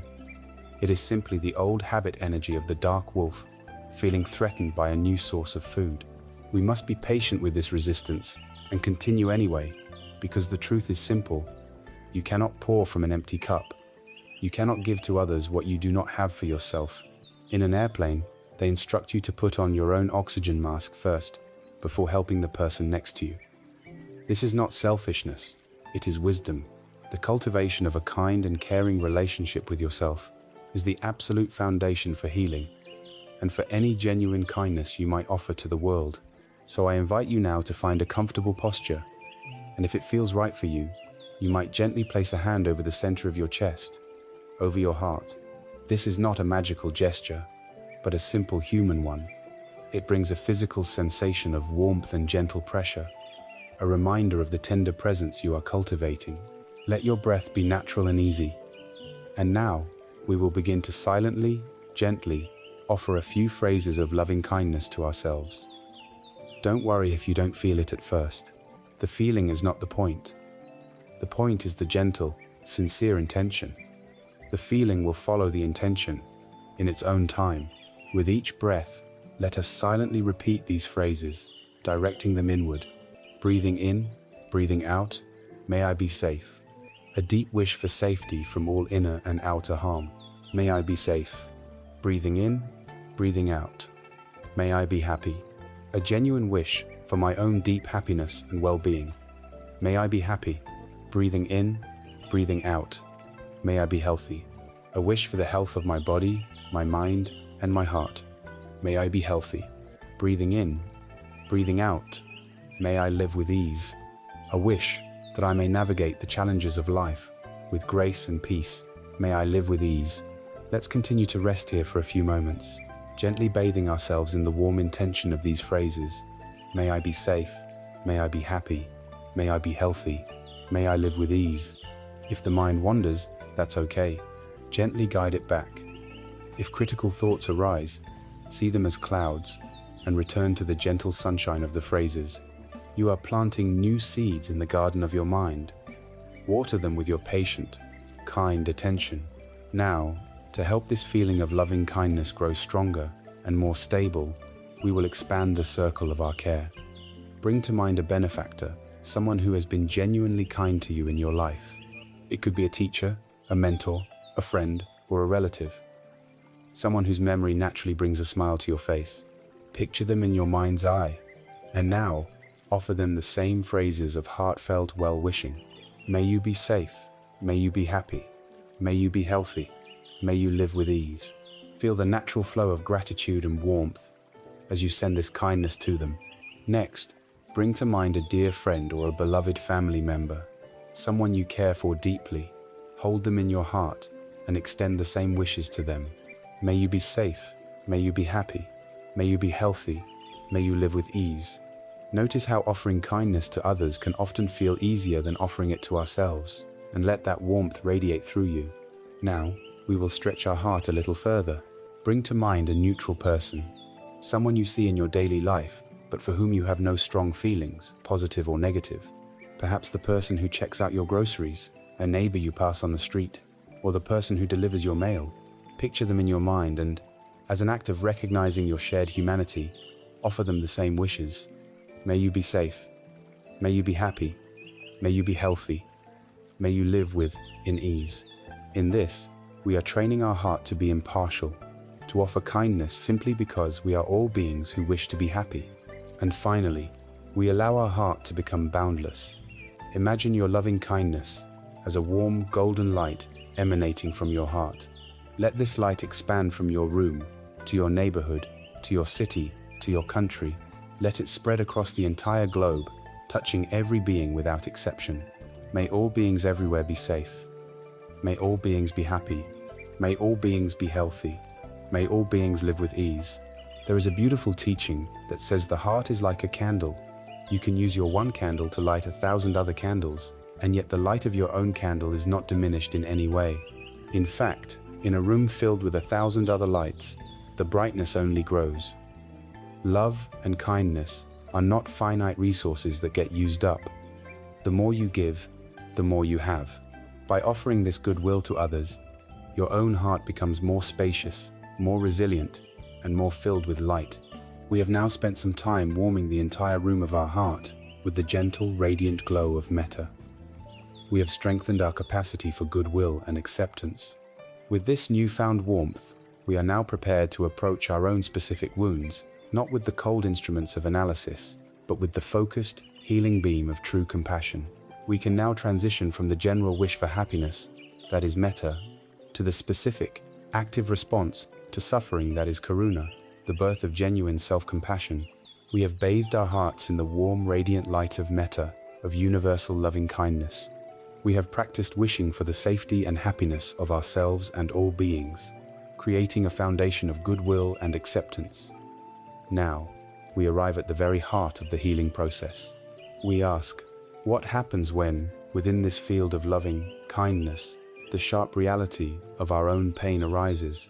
What happens when a difficult memory, a feeling of inadequacy, or a wave of grief makes itself known? This is the moment when the gentle, radiant light of metta transforms. It becomes focused, tender, and responsive. It becomes karuna, the Pali word for compassion. Compassion is not the same as pity, and it is not simply a passive feeling of sadness for another's misfortune. Compassion is love in the face of suffering. It is the heart's active response to pain. It is the trembling of the heart that says, "You are hurting," and moves to comfort and support. For years, we may have been waiting for this compassion to come from the outside world. But the most profound healing begins when we learn to offer this precious gift to ourselves. This is the birth of self-compassion. To understand self-compassion, we can think of it as having three essential ingredients, three core pillars that work together. The first ingredient is self-kindness. This is the clear and gentle alternative to our habit of harsh self-judgment. When we make a mistake or feel the sting of an old wound, the inner critic, that second arrow archer, immediately begins its barrage. What's wrong with you? You should be over this by now. You are so weak. Self-kindness is the practice of consciously putting down that bow and arrow. It is the choice to speak to yourself in the same way you would speak to a dear friend who was going through the exact same struggle. You would never tell your friend they were stupid or worthless. You would offer them warmth, understanding, and support. Self-kindness is simply turning that same gentle voice inward. The second ingredient is a recognition of our common humanity. A deep-seated source of our suffering, especially the kind born of shame, is the feeling of isolation. Our pain convinces us that we are uniquely flawed, that we are the only one who feels this broken. We think, everyone else has their life together, but I am a mess. This feeling of separation is an illusion. The wisdom of common humanity is the truth that Kisa Gotami discovered with her mustard seed. To be human is to be imperfect. To be alive is to experience sorrow, to make mistakes, and to feel pain. These experiences are not a sign that you are defective. They are the mark of your membership in the human family. Your suffering does not cut you off from others. It is the very bridge that connects your heart to every other heart that has ever known pain. The third and final ingredient is mindfulness. This is the balanced, spacious awareness we have been cultivating throughout our journey. It is the ability to be with our difficult feelings without becoming them. Without mindfulness, we can easily fall into the trap of over-identification, getting completely swept away by the drama of our painful stories. We become the storm. Mindfulness allows us to be the sky, acknowledging the presence of the storm clouds without being destroyed by them. It is the clear seeing that says, yes, there is intense pain here, without adding the second arrow of, and this pain is all that I am and will be forever. When we combine these three elements, we create a powerful alchemy of healing. We learn to change our inner dialogue. That harsh, relentless voice of the inner critic, which has been narrating our lives for so long, begins to lose its power. In its place, we can consciously cultivate a new voice, the voice of a compassionate friend. When you notice the familiar ache of old pain, instead of the old reaction of fighting it or spiraling into despair, you can try a new, three-part response. First, you bring mindfulness to the experience. This is a moment of suffering. This hurts. You are simply and honestly acknowledging the reality of your pain, without exaggeration and without suppression. Second, you bring the wisdom of common humanity. Suffering is a part of life. Other people feel this way too. I am not alone. You are reminding yourself that your pain connects you to others, rather than isolating you. And third, you bring the gift of self-kindness. You can again place a hand on your heart, feeling its warmth, and offer yourself words of comfort. May I be kind to myself in this moment. May I give myself the compassion that I need. Let's try this together, right now. Gently bring to mind a situation in your life that is currently difficult, or the echo of an old wound that still feels tender. Just touch it lightly. There is no need to dive into the deepest trauma. Just find a place of moderate discomfort. Now, feel it in your body, and let's apply the three ingredients. First, say to yourself, silently and with feeling, this is a moment of suffering. Acknowledge the truth. This is hard. Now, the second part. Suffering is a part of life. Remind yourself of your connection to all beings. You are not alone in this. And now, with your hand on your heart, offer yourself the kindness you deserve. May I be kind to myself. May I accept myself just as I am in this moment of difficulty. Breathe, and just notice what happens. This practice is not meant to make the pain instantly disappear. It is meant to change your relationship to the pain. You are learning to hold your own suffering in a spacious, warm, and tender embrace. You are stopping the war against yourself. It is so important to understand that self-compassion is not self-pity. Self-pity says, poor me, and gets lost in the story of the victim. Self-compassion says, this hurts, and actively seeks to soothe and care for the one who is hurting. Nor is self-compassion a form of weakness or self-indulgence. In fact, it is a source of profound strength and courage. It is the courage to stay present with yourself when you feel inadequate, to face your own imperfections without turning away. It is the resilience that allows you to pick yourself up after you fall, not with harsh criticism, but with gentle encouragement. In Buddhism, the embodiment of this boundless, active compassion is the Bodhisattva Avalokiteshvara, known as Quan Thế Om in Vietnam. This being is often depicted with 1,000 hands, and in the palm of each hand is an eye. The eyes represent the ability to see the suffering in all corners of the universe, and the hands represent the ability to offer comfort and aid wherever it is needed. To practice self-compassion is to become this bodhisattva for ourselves. It is to use our own inner eyes to see the places within us that are hurting, and to use our own inner hands to soothe and hold those very places. And as we look within with these eyes of compassion, we will surely see that there is one part of us that needs this loving attention more than any other. It is the youngest, most vulnerable part of ourselves, the part that may have been wounded long ago and has been hiding in the shadows ever since. To deepen our practice of karuna, we must now turn our compassionate gaze toward this wounded inner child.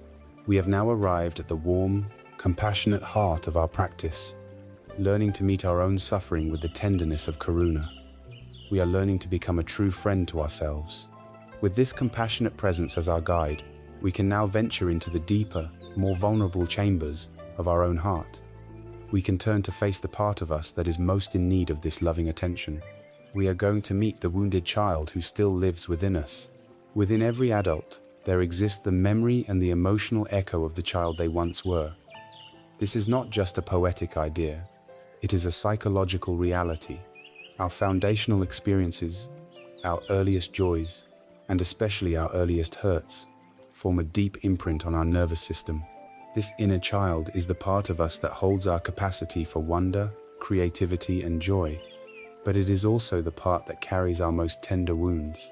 When we find ourselves reacting to a present-day situation with a level of fear, anger, or sadness that seems disproportionate, it is often this wounded child part of us that has been triggered. A simple comment from a boss might feel like a devastating criticism from a parent. A friend canceling plans might feel like a profound abandonment. In these moments, it is not the resourceful, wise adult who is reacting. It is a small, frightened child from long ago who has suddenly taken control, reliving an old pain. The great Zen master Thich Nhat Hanh teaches that we should relate to our strong emotions as a mother relates to her crying baby. When a baby cries, a good mother doesn't ignore it, nor does she yell at it to be quiet. She stops what she is doing, goes to the baby, picks it up gently, and holds it close. She soothes it with her warmth, her presence, her gentle rocking. She may not know exactly why the baby is crying, but her compassionate presence is the beginning of the healing. For years we have done the opposite with our own inner child. When it has cried out in the form of anxiety or sadness, we have ignored it, told it to be quiet, or tried to distract it. The practice now is to learn to become that loving mother for ourselves. It is time to go to our inner child, pick it up tenderly, and hold it in a safe embrace. This is a deep practice, and it must be undertaken with the utmost gentleness and care. Please know that you are in complete control of this entire process. You are the wise, compassionate adult here. We will not force anything. The intention is not to relive trauma, but to bring the wisdom and love of your adult self to a part of you that has been waiting for it for a very long time. So let us begin. Find a comfortable position and close your eyes. Take a few deep, settling breaths. Bring to mind a place that feels completely safe and peaceful to you. It could be a real place, like a quiet beach, or a forest glade, or an imaginary one, a cozy, warm room filled with soft light. Spend a moment here, feeling the safety and peace of this special place in your imagination. Now, within this safe place, I invite you to ask for your younger self to appear. Perhaps you can think of a particular age when you felt vulnerable, lonely, or scared. Don't force an image, just hold the intention and see what arises. A small child may appear before you. It might be clear, or it might be just a felt sense. Trust whatever comes. As your adult self, simply look at this child for a moment. Notice their posture. Notice the expression on their face. What do their eyes tell you? Just observe with quiet, loving attention. Now, slowly and gently, begin to approach this child. If the child seems frightened or hesitant, stop and wait. Let them know, with your energy, that you are a safe presence, that you mean them no harm. When it feels right, perhaps you can kneel down so that you are at their level. Look into this child's eyes and, without words, let them feel your love, your acceptance, your presence. This child may have felt unseen for a very long time. Let them know that you see them now. You can ask them, silently from your heart, what are you feeling? And what is it that you need? Listen patiently for the answer. The answer may not come in words, but in a feeling, an image, a sensation. Perhaps they just need to be held. Perhaps they need to hear that they are good, that they are loved. Now, as the wise and caring adult that you are going to give this child everything they needed back then, but did not receive. Imagine yourself opening your arms and enveloping this small child in a warm, secure, and loving hug. Feel their small body relax into yours. Hold them as long as they need to be held. And as you hold them, you can whisper to them the words they have always been waiting to hear. Speak them from the truth of your adult heart. I am here with you now. You are not alone anymore. You are safe. I will protect you. It wasn't your fault. You did the best you could. You are so deeply loved, exactly as you are. You are good. You are worthy. You are enough. Continue to hold this precious child, letting these words of truth sink in like a gentle rain on dry earth. Let them wash away the old stories of fear and shame. This is not about changing the past. The past cannot be changed. This is about changing your relationship to the past by reparenting yourself with boundless compassion in this present moment. You are bringing the missing element of love to an old memory, and in doing so, you are transforming it. You are healing the wound at its very root. When it feels complete for now, you might imagine this healed, comforted child becoming a warm, golden light and gently integrating into the center of your own chest, into your heart space. They are not gone. They are now safe, at home, within you. You can return to this safe place and connect with your inner child anytime you need to. You are learning to become your own source of safety, your own source of unconditional love. This act of embracing the wounded child within is a profound act of taking responsibility for our own healing. It is a cornerstone of letting the past rest. And as we hold this child, we may become aware of others who were part of those painful stories from long ago.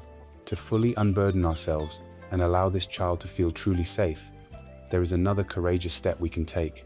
We can explore the path of releasing the resentments we hold towards others, the path of forgiveness. Having journeyed inward to embrace the vulnerable, wounded child within, offering it the safety and love it has always deserved, we arrive at a new threshold. In holding our own pain with such tenderness, we may become keenly aware of the other side of the story, the person or circumstances that inflicted the original wound. With this awareness comes the heavy weight of resentment, of bitterness, of a grievance we have carried for so long it feels like a part of us. This leads us to one of the most courageous and misunderstood practices on the path of healing, the practice of forgiveness. Let us be very clear from the outset. Forgiveness, in this context, is not what you might think it is. It is not about condoning harmful behavior. It is not about saying what you did was okay. It is not about forgetting that the hurt happened. And it does not, under any circumstances, mean you must reconcile with or even speak to the person who harmed you. Forgiveness is not for them. Forgiveness is a gift you give to yourself. It is the brave and pragmatic act of deciding that you will no longer carry the heavy, burning coals of hatred and resentment in your own heart. It is the decision to put down the heavy bag you have been carrying for miles, not because the person who filled it with rocks deserves it, but because you are tired of carrying the weight. For many of us, the idea of forgiveness triggers a deep resistance. It can feel like a betrayal of our own pain, a surrender.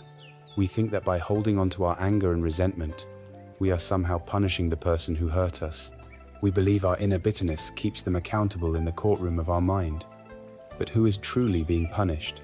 There is a powerful saying, holding on to resentment is like drinking a cup of poison and waiting for the other person to die. The only one being harmed by the poison of our own chronic anger is us. It eats away at our peace. It taints our present moments with the bitterness of the past, and it keeps us energetically tethered to the very person or event we wish to be free from. In a very real way, the person who hurt you long ago continues to hurt you today because you have allowed them to live rent-free inside your mind. Forgiveness is the act of serving an eviction notice. It is the act of reclaiming your inner space for peace, for joy, and for your own future. There is a classic Zen story that illustrates this perfectly. Two monks, one senior and one junior, were on a long journey. They came to a river where the ford was flooded with muddy water. A beautiful young woman in fine silk robes stood there, unable to cross without ruining her clothes. Without a word, the senior monk walked over to her, picked her up in his arms, carried her across the swirling river, and gently set her down on the other side. He then continued on his way. The junior monk was aghast. Monks were forbidden from touching women, let alone carrying a beautiful one in their arms. He was scandalized, and for the next several hours as they walked, He fumed in silence. He replayed the scene in his mind, judging his master, building a case against him. His inner turmoil grew so great that it ruined the beauty of the afternoon walk. Finally, unable to bear it any longer, he burst out, "Brother, how could you do that? You know we are not permitted to touch women. You broke our sacred vows."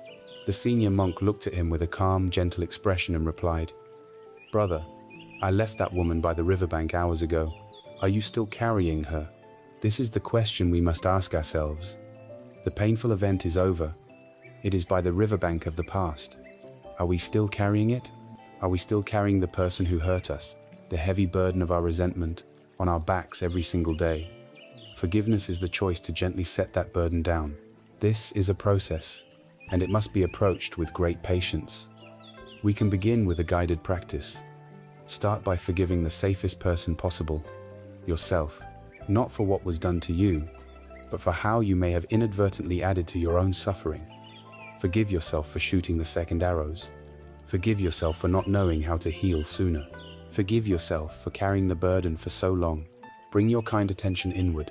You can place a hand on your heart, and silently, with sincere intention, offer yourself these words. For all the ways I have harmed myself with self-criticism and judgment, I am learning to forgive myself. For holding on to pain and allowing it to dim my light, I am learning to forgive myself. For not knowing how to let go, I offer myself my own forgiveness. I am doing the best I can. Breathe with that. Feel the subtle release that comes with letting yourself off the hook. Now, if you feel ready, you can gently extend this intention outward. Please, do not start with the deepest wound. That may be too much right now. Instead, bring to mind someone who has caused you a smaller hurt. A careless word, a broken promise, someone whose memory brings a charge, but not an overwhelming one. Picture this person in your mind. Acknowledge the pain they caused you. Let yourself feel the truth of it. You hurt me. Now, see if you can hold that truth while also recognizing the burden that holding onto it has placed on you. And for your own sake, for the sake of your own freedom, you can offer these words silently from your heart. I have been carrying the pain of what you did for a long time. I have been burdened by my anger and resentment. I see how this is harming me. For my own peace, for my own well-being, I set the intention to forgive you. I am choosing to release this heavy weight. I let go of the burden. I wish you well on your path, and I go forward on mine, in peace. Repeat these phrases like a gentle mantra. You may not feel a great shift immediately. That is not the goal. The goal is to simply plant the seed of the intention to forgive. Some days, forgiveness will feel possible. On other days, the anger and hurt will feel too strong. That is okay. The practice is simply to keep returning to the intention. You are tending the garden of your heart, and this is a slow-growing but deeply healing plant. Forgiveness is not a single act, but a path you choose to walk day by day. It is the path of choosing your own freedom over the familiar prison of your grievance. As we practice setting down the burden of resentment, we often find that its weight was largely composed of one powerful, fiery emotion. It is the cord that binds us most tightly to the past. That cord is anger. To truly be free, we must learn to work wisely with this powerful energy, not by suppressing it, but by transforming it. As we walk the courageous path of forgiveness, setting down the heavy burden of resentment for our own freedom, we often encounter a powerful guard at the gate. This guard is the fiery, intense, and often frightening energy of anger. For many of us, anger feels like a problem, a negative emotion that is unspiritual or wrong. We may have been taught to suppress it, to swallow it, to pretend it isn't there. Or we may feel helpless in its grip, prone to explosions that harm our relationships and leave us feeling ashamed. The path of mindful transformation invites us to see anger in a completely new light. Anger is not the enemy, it is simply energy. And like any form of energy, like fire, it can be used to destroy, or it can be used to create warmth, light, and powerful change. Anger is, more often than not, a messenger. It is a signpost pointing to a place within us that needs our attention. It often arises when a boundary has been violated, when an injustice has been done, or when something we hold precious feels threatened. In this sense, anger can be a sign of our own life force, a protector, Think of it as a fierce guard dog that barks loudly whenever someone gets too close to the wounded inner child we have just learned to embrace. The problem is not the dog's bark. The problem is that we don't know how to relate to the dog. We either let it run wild, biting everyone in sight, or we lock it in the basement, where its desperate barking and scratching shakes the entire foundation of the house. The first unskillful way we relate to anger is through unrestrained expression. This is when we become the anger. We identify with it completely and act it out. We throw the burning log at someone else. This can manifest as yelling, using harsh words, blaming, or engaging in passive aggression. While there might be a momentary feeling of release, this path almost always leads to more suffering. We damage our connections with others, create environments of fear and mistrust, and are often left with the heavy residue of guilt and regret. We have simply passed our fire on to someone else, spreading the blaze. The second unskillful extreme is suppression. This is the path of swallowing the anger, of pretending it doesn't exist. This is locking the guard dog in the basement. We might do this because we are afraid of conflict, or because we have judged our own anger as unacceptable. But the energy of the anger does not disappear. It turns inward. It is like holding the burning log against our own chest. This suppressed fire becomes the slow burn of resentment, the cold cynicism that poisons our view of the world, and it can even manifest as physical ailment, headaches, digestive issues, chronic tension. By suppressing our anger, we are not at peace. We are simply engaged in a silent, internal war. There is a third way, a middle path. This is the path of mindful transformation. It is not about expressing or suppressing, but about acknowledging and caring for the energy of our anger. It is about learning to listen to the message it is trying to deliver. Using the wisdom of Thich Nhat Hanh, we can learn to treat our anger like a crying baby. It is a part of us that is in distress. It does not need to be punished or exiled. It needs to be held with tenderness and understanding. The practice begins with simple recognition. The moment you feel the heat of anger begin to rise, you can gently say to yourself, anger is here. This is the energy of anger. You are naming it, not to judge it, but simply to see it clearly. This simple act of naming creates a sliver of space between you and the emotion. You are not the anger, you are the one who is aware of the anger. Next, instead of immediately getting lost in the story of why you are angry, bring your attention directly into your body. Where does this anger live? Is it a fire in your stomach? A pressure building behind your eyes? A tightness in your fists and jaw? A surge of heat through your face and neck? For a few moments, just investigate the raw physical sensations of this energy. Be a scientist of your own anger. Just feel it, without needing to act on it. Then, you bring your breath to the anger. You breathe with it. The practice is simple. Breathing in, I know that the energy of anger is in me. Breathing out, I am smiling to my anger. I am taking care of my anger. Your breath becomes a soothing balm, a cool stream of water on the hot coals. You are not trying to extinguish the anger immediately, but to hold it in a safe, mindful embrace. You are cradling the crying baby. You are calming the guard dog with your steady, gentle presence. When you have held the anger in this way for a few moments, when it no longer feels so overwhelming, you can take the next, transformative step. You can look deeply into the nature of your anger. Anger is almost always a secondary emotion. It is often the loud, protective cover for something much more vulnerable and painful underneath. Like a fierce older sibling, it rushes forward to protect a younger, more tender part of you. So you can gently ask yourself, what is my anger protecting? What is underneath this fire? As you listen patiently, you may discover a different feeling hiding in the shadows. Beneath the anger, is there deep hurt? Is there a profound sense of sadness or loss? Is there a feeling of helplessness or powerlessness? Is there fear? Very often, the root of anger is fear. When we get to the root, our entire orientation changes. You cannot reason with anger, but you can comfort hurt. You can soothe sadness. You can reassure fear. When you touch the primary pain that lies beneath, your compassion naturally arises. You realize the anger was just a distress signal, a desperate attempt to communicate an unmet need. Now, you can offer yourself the compassion you have been cultivating. You can speak to the hurt, sad, or frightened part of you. I see you. I see how much this hurts. I am here for you. When you begin to take care of the primary wound, The anger no longer needs to shout so loudly. The guard dog can relax because it knows you, the wise owner, are now here, tending to the vulnerable child it was trying to protect. The energy of the anger is not destroyed, it is transformed.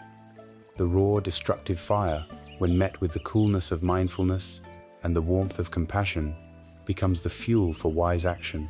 It becomes the clear energy to set a healthy boundary, but to do so calmly and with respect. It becomes the courage to speak your truth, but to do so without violence. It becomes the determination to work for justice, not from a place of hatred, but from a place of deep love. We have spent much time now learning to work skillfully with the difficult energies of the past pain, resentment, and anger.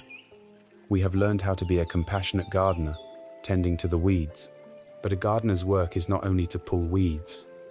To create a truly beautiful and flourishing garden, they must also consciously plant and water the flowers. It is now time to turn our attention away from what is difficult and to learn to actively recognize and cultivate its healing opposite, the presence of joy.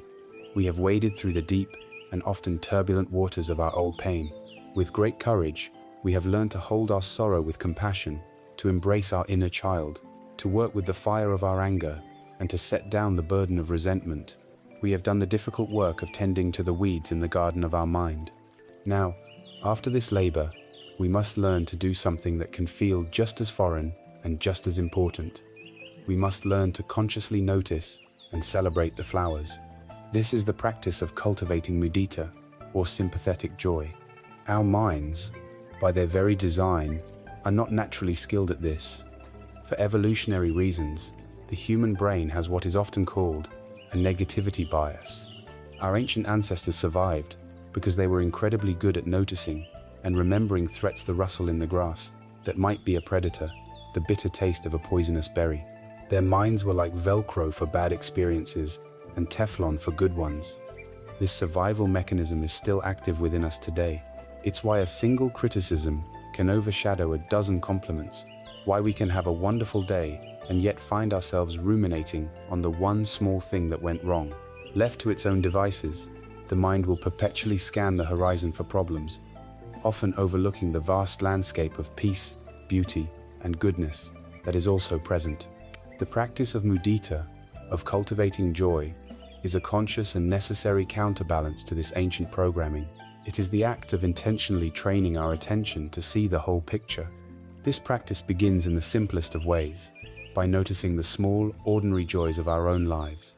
For so long, our attention has been magnetized to our wounds, to what is lacking, to what is broken. We will now gently pivot and begin a quiet hunt for what is good, what is whole, what is a source of simple ease and pleasure. This is not about denying our pain. It is about acknowledging that our pain is not the only truth of our experience. The 10,000 sorrows and the 10,000 joys, as the saying goes, exist side by side. So I invite you now, in this moment, to let your awareness scan your immediate experience for a simple blessing. Perhaps it is the feeling of the chair or the bed supporting your body.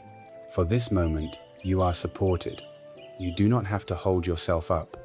What a simple gift. Perhaps it is the miracle of hearing, the ability to perceive the subtle sounds in the room, or the sound of my voice. Perhaps it is the gift of sight, the ability to see the play of light and shadow, even behind your closed eyelids. Or perhaps it is the most fundamental gift of all, the simple, rhythmic sensation of the breath, moving in and out, sustaining your life without any effort on your part. Now, let's expand this gentle scan. Think back over your day so far. Can you find one small moment of pleasure?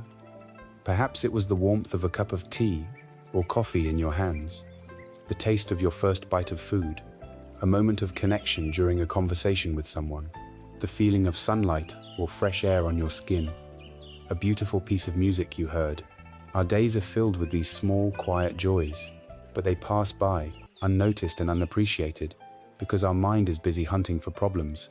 The practice is to simply begin noticing them, to savor them for just a moment, to let their gentle warmth register in your heart. There is an old story of a man who was walking to the temple, complaining bitterly to himself. "I am so poor," he grumbled. "I don't even have a decent pair of shoes to wear." He continued in this vein, lost in his story of lack, until he arrived at the temple steps. And there, Sitting by the entrance was another man, a man with a radiant smile on his face who had no feet at all. In that instant, the first man's perspective shattered. His mind, which had been so focused on the one thing he lacked, was suddenly flooded with the profound realization of all that he had. This is the power of gratitude. It does not change our external circumstances, but it radically changes our inner experience of them. It is the practice of acknowledging the blessings that coexist with our burdens. The second, and even more expansive, part of mudita is learning to feel joy for others. This is sympathetic joy. In our competitive culture, our default reaction to hearing about another person's success or happiness can sometimes be a pang of envy, a feeling of comparison that leaves us feeling diminished. She got the promotion I wanted. They are so happy in their relationship, and I am so lonely. This is the mind of lack, the belief that joy is a limited resource, that another person's slice of the pie makes our slice smaller. Mudita is the wisdom that understands this is not true. Joy is not a finite commodity. It is a boundless, renewable resource. The practice is to consciously rejoice in the good fortune of others. When you hear good news from a friend, let yourself truly feel their happiness in your own heart. When you see a couple laughing together, or a parent playing with a child, allow their joy to touch you. See it not as something you are excluded from, but as a beautiful expression of the universal human capacity for happiness, a capacity you also share. This practice is a powerful antidote to the poison of envy and jealousy. It frees us from the exhausting prison of comparison. If we can only be happy when good things happen to us, our opportunities for happiness are quite limited.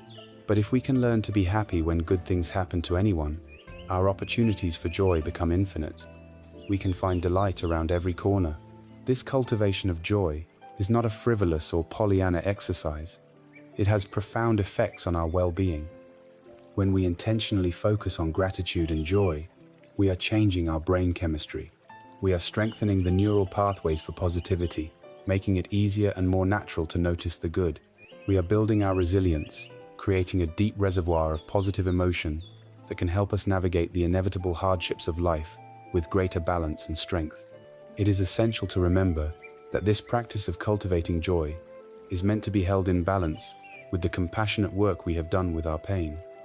We are not using joy to bypass or suppress our sorrow. That would be just another form of aversion. The goal is to develop a heart that is spacious enough to hold both.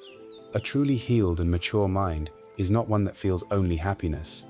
It is one that can be with the reality of a difficult memory and can also, in the very next moment, fully appreciate the beauty of a sunset. It is a mind that can hold the 10,000 sorrows and the 10,000 joys with a vast, open, and unshakable peace. This ability to hold the opposites of life in a balanced and spacious awareness, without being pulled into the drama of one or the other, has a name. It is the fourth and culminating quality of a liberated heart. It is the profound peace of upekkha, or equanimity, and it is to this great, stabilizing wisdom that our journey now turns. We have walked the path of healing with great care. We have learned to hold our sorrow with compassion, and we have learned to intentionally cultivate and celebrate joy. We have practiced being present with the 10,000 sorrows and the 10,000 joys. This leads us to a crucial stage in our journey, the development of a heart that can hold both and everything in between, with a profound and unshakable peace. This is the great, stabilizing wisdom of upekkha, or equanimity. Imagine the ordinary, untrained mind as a pendulum on a clock. It is constantly in motion, swinging from one extreme to the other. When something pleasant happens, we receive praise. We experience success.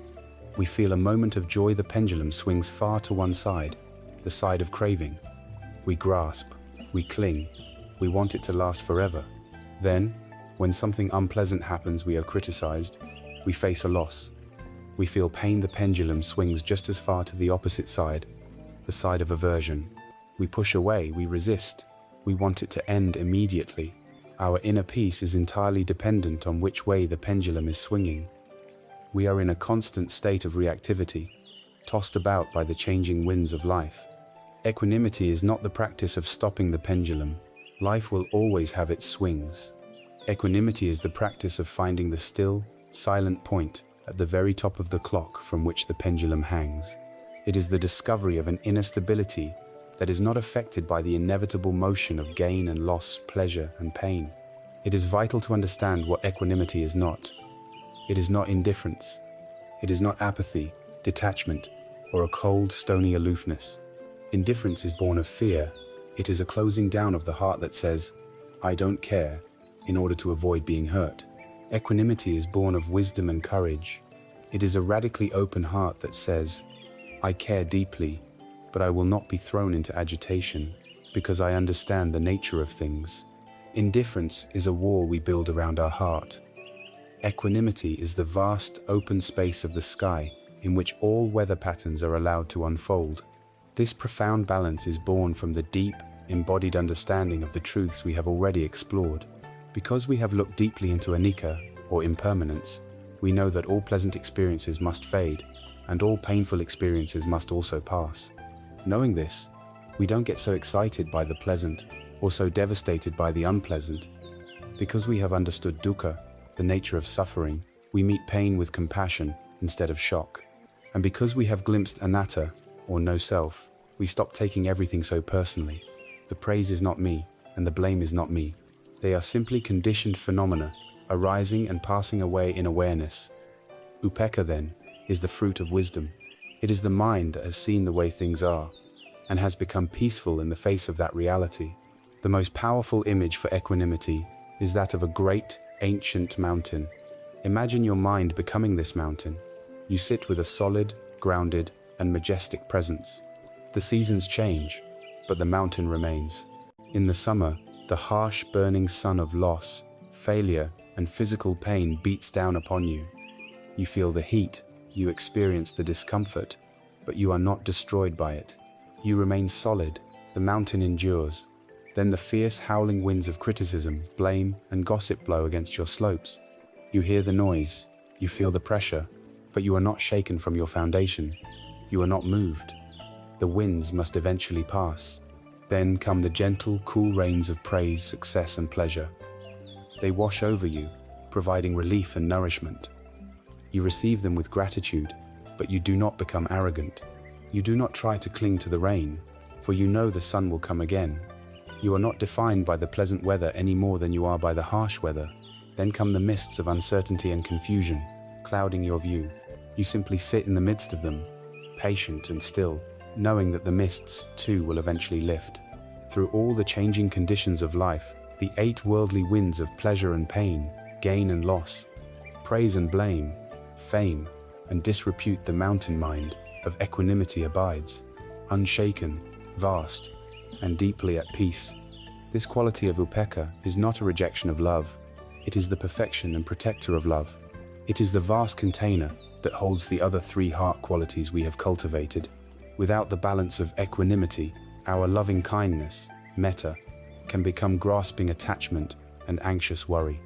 Our compassion, karuna, can become burnout, pity, or grief, where we drown in the suffering of ourselves and others. Our sympathetic joy, mudita, can become manic excitement or get twisted into its near enemy, comparison. Equanimity is the steadying hand, the wise grandparent of the heart. It allows us to love more fully, more freely, and more sustainably. It is the ability to care deeply about the outcome, to work for the good, but to not be shattered if things do not go our way. It is the wisdom to know that we can plant the seeds, but we cannot control the weather. With equanimity, we can offer our love and compassion to the world from a place of fullness and stability, not from a place of neediness or fear. We can touch this quality right now.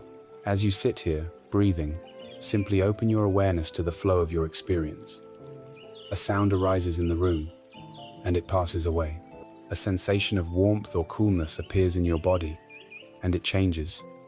A thought flickers through your mind, and it is gone. Can you rest as the silent, spacious witness to this endless parade? Not judging, not clinging, not resisting, simply allowing each experience to come, to be, and to go. Just this. This is the taste of equanimity. It is the peace that comes from making peace with reality. We have now journeyed through the great landscape of the heart, from the acknowledgement of suffering to the cultivation of loving kindness, compassion, joy, and finally, the stabilizing peace of equanimity. We have done the work to build a firm and compassionate foundation. We are no longer a small boat tossed about by every wave. We are learning to become the mountain. And standing firmly on this new ground of wisdom and inner balance, we have earned the ability to look back at the story of our lives, not as its helpless victim, but as its wise and conscious author, ready to write a new chapter. We have now arrived at a place of profound inner stability. Standing on the firm ground of equanimity, supported by a compassionate heart, we are no longer tossed about by the changing winds of our own history. From this stable, peaceful vantage point, we can now look back at the stories we have told ourselves about our lives, the stories of pain, of victimhood, of injustice, and see them for what they are. They are not absolute truths carved in stone. They are first drafts, written long ago by a younger, more frightened part of ourselves, trying to make sense of overwhelming pain. We can feel a deep sense of gratitude for that old story. It was a survival strategy, a raft that carried us across a stormy sea. But we have now arrived on a new shore, and we no longer need the raft. We can leave it resting on the sand. We are no longer merely the main character in a tragic play. We have awakened to the truth that we are also the author, and we have earned the right to pick up the pen and write a new, more truthful, and more empowering chapter. This is not an act of denial or positive thinking that ignores the past. It is an act of profound integration. It is the art of mending what has been broken, not by hiding the cracks, but by illuminating them. In Japan, there is a beautiful and ancient art form called kintsugi. When a cherished piece of pottery, a bowl, a cup, a vase is broken, it is not thrown away. To do so would be to discard its history. Instead, the pieces are meticulously reassembled, and the cracks are repaired with a special lacquer mixed with shimmering powdered gold. The result is breathtaking. The lines of breakage, once a sign of damage, are now transformed into the most beautiful feature of the object. The bowl is considered more precious, more unique, and more resilient because it was broken and lovingly repaired. The golden scars tell a story not of destruction, but of healing and transformation. Your life is this precious vessel. It has been chipped, and perhaps even shattered, by the inevitable first arrows of existence. For a long time, you may have been hiding these cracks in shame, believing they made you flawed or unworthy. The practice of rewriting your inner narrative is the art of kintsugi for the soul. It is the choice to see your wounds and your scars not as a source of shame, but as the very places where the golden light of wisdom, compassion, and resilience can shine through most brightly. We are not going to erase the cracks. We are going to fill them with gold. To do this, we must first gather the gold. This is a practice of reflective inquiry, of looking back at our own history, not for evidence of our brokenness, but for the hidden treasures of our healing. So I invite you to gently bring to mind a difficult period from your past, a time when your own vessel was cracked. Hold it gently in your awareness, from this new place of stability and compassion. First, let us look for the gold of resilience. Look closely at that difficult time and find one moment, no matter how small, where you endured. Find a moment where you got out of bed when it felt impossible. A moment where you took one more breath. A moment where some small, quiet part of you refused to give up completely. Acknowledge this strength. This is a vein of pure gold. This is the proof that even in your darkest hour, a powerful life force was at work within you. Next, let us search for the gold of compassion. Because you have known this pain, has it, in any way, softened your heart to the pain of others? When you see someone else struggling now, do you feel a flicker of understanding, an empathy you might not have had before? This ability to connect with another's suffering is a priceless treasure born directly from your own. This is a deep, rich vein of gold. Now, let us look for the gold of wisdom. What essential lesson did that painful experience teach you? A lesson about life, about love, about yourself, that you could not have learned from a book, a lesson that could only be forged in the fire of your own experience. Perhaps you learned who your true friends were. Perhaps you learned the importance of your own well-being. Perhaps you learned that you are stronger than you ever imagined. This hard-won wisdom is a luminous, shining gold. And finally, let us look for the gold of connection. Even in the darkest times, was there a single persona friend, a family member, a therapist, even a kind stranger who showed you a moment of grace? Was there a pet whose simple presence brought you comfort? Was there a piece of music, a book, or a view of nature that reminded you that beauty still existed in the world? These moments of connection are the golden threads that remind us we were never truly alone. Now you begin to see. The story is not just about the breaking. It is also filled with the shimmering gold of your own strength and the grace you received. The practice now is to consciously begin to weave these golden threads into a new narrative. The old story might have been, "My life was ruined by that event." A new, kintsugi-inspired story might sound something like this: "My life was irrevocably changed by that event, and it caused me immense pain. And, by moving through that pain, I discovered a resilience I never knew I had. It cracked my heart open and taught me the true meaning of compassion. It forced me to learn a deep wisdom about what truly matters. My scars do not tell a story of what was done to me. They tell the story of how I learned to heal." This new story does not deny the pain. It honors it. It encapsulates the breaking and the mending. It holds the sorrow and the gold in the same hand. This is your new truth, your new personal myth. I encourage you to write it down. Speak it aloud to yourself. Repeat it silently in moments of meditation. Each time you do, you are watering a new seed in the garden of your mind. You are carving a new, more life-affirming groove of habit energy.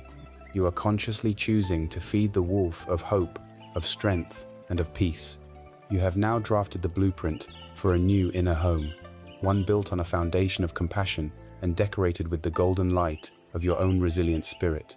But a blueprint is not yet a house, and a single seed is not yet a flower. To bring this new story fully to life, to make it the default reality of your heart and mind, requires daily, patient, and loving care. It requires that we learn to become the conscious and diligent tenders of our own beautiful healing garden. We have journeyed together to the very heart of our being. We have stood on the firm ground of equanimity, and, with the golden lacquer of wisdom and resilience, we have begun to mend the broken places in our story. We have drafted a new narrative, one not of a victim, but of a courageous healer, a kintsugi artist of our own soul. This new story is a seed, a blueprint, a sacred intention, but a seed, no matter how precious, does not become a flower overnight. A blueprint does not become a home without patient labor. The deep insights gained in a period of retreat or meditation must be carried into our daily lives, for it is there that the real transformation takes root. To make this new story our lived reality, we must now learn to become the gentle, diligent tender of our own inner garden. A beautiful garden, once planted, cannot be neglected. If left untended, the old, hardy weeds of our habit energies will quickly sprout again, choking out the new, delicate flowers of peace and self-compassion. Tending the garden of the mind is not a one-time event. It is a daily practice, a new way of life. This does not have to be a daunting task. It is a series of small, loving actions, repeated with gentle consistency. The first step is to establish a space and time for what we might call formal practice. This is like setting aside a specific time each day to work in your garden. I encourage you to create a small peace corner in your home. It doesn't need to be elaborate. A simple cushion on the floor, a chair by a window, a small table with a candle, or a single flowery space that you can dedicate to your inner work. By creating a physical space, you are sending a powerful message to your subconscious mind that this practice is important, that your peace is a priority. Then, commit to sitting in this space every day, even if only for 5 or 10 minutes. Consistency is far more powerful than duration. 10 minutes of practice every single day will do more to rewire your brain and transform your heart than 2 hours once a month. This daily sit is your time to anchor yourself. You can simply spend these few minutes returning to the breath, our faithful friend, allowing the mind to settle. Or you can use this time to water the flowers, consciously repeating the phrases of loving kindness for yourself. May I be safe. May I be happy. May I be healthy.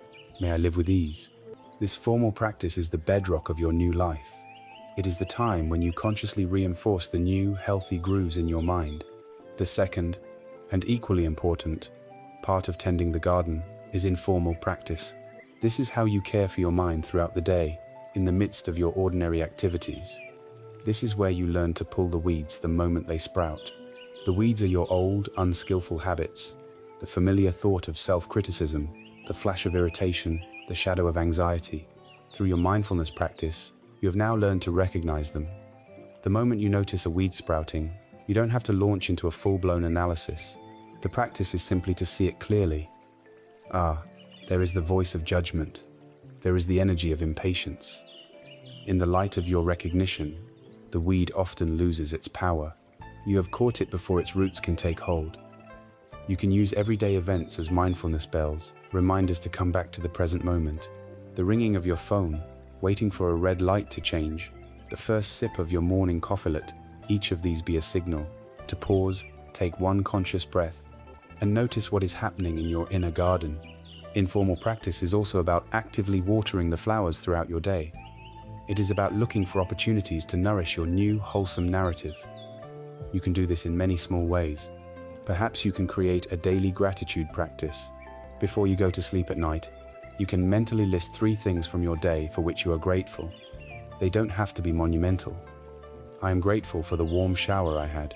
I am grateful for the nourishing meal I ate. I am grateful for the one friendly smile I received. This practice actively trains your mind to scan for the good, counteracting the negativity bias.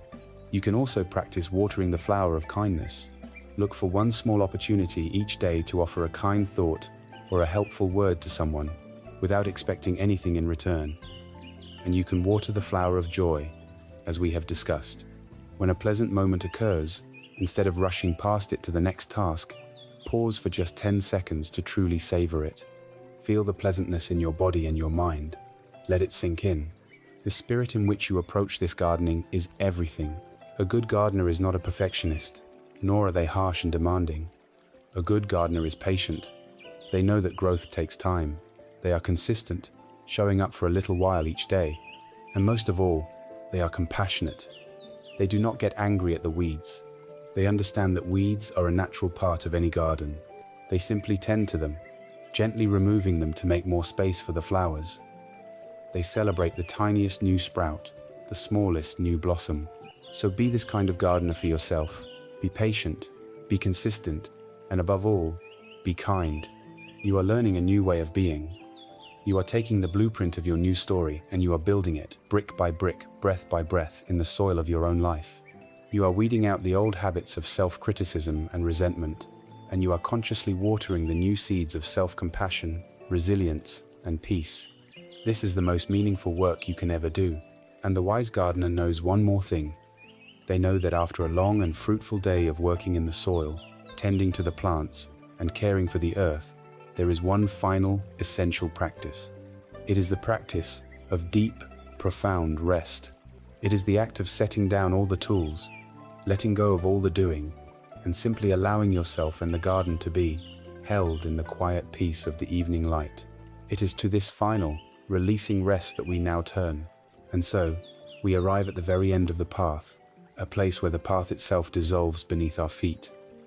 Throughout our time together, we have engaged in a gentle practice. We have watched the breath. We have observed our thoughts. We have cultivated compassion. This has all been a form of doing. It has been necessary, skillful, and healing. But now, the time for doing is over. We are invited to take the final, most crucial step, the step from doing into simply being. To do meditation implies a doer, a subject, and an object of meditation. There is still a subtle effort, a sense of a goal to be achieved. To simply be, however, requires no effort at all. It is a state of complete, unified presence.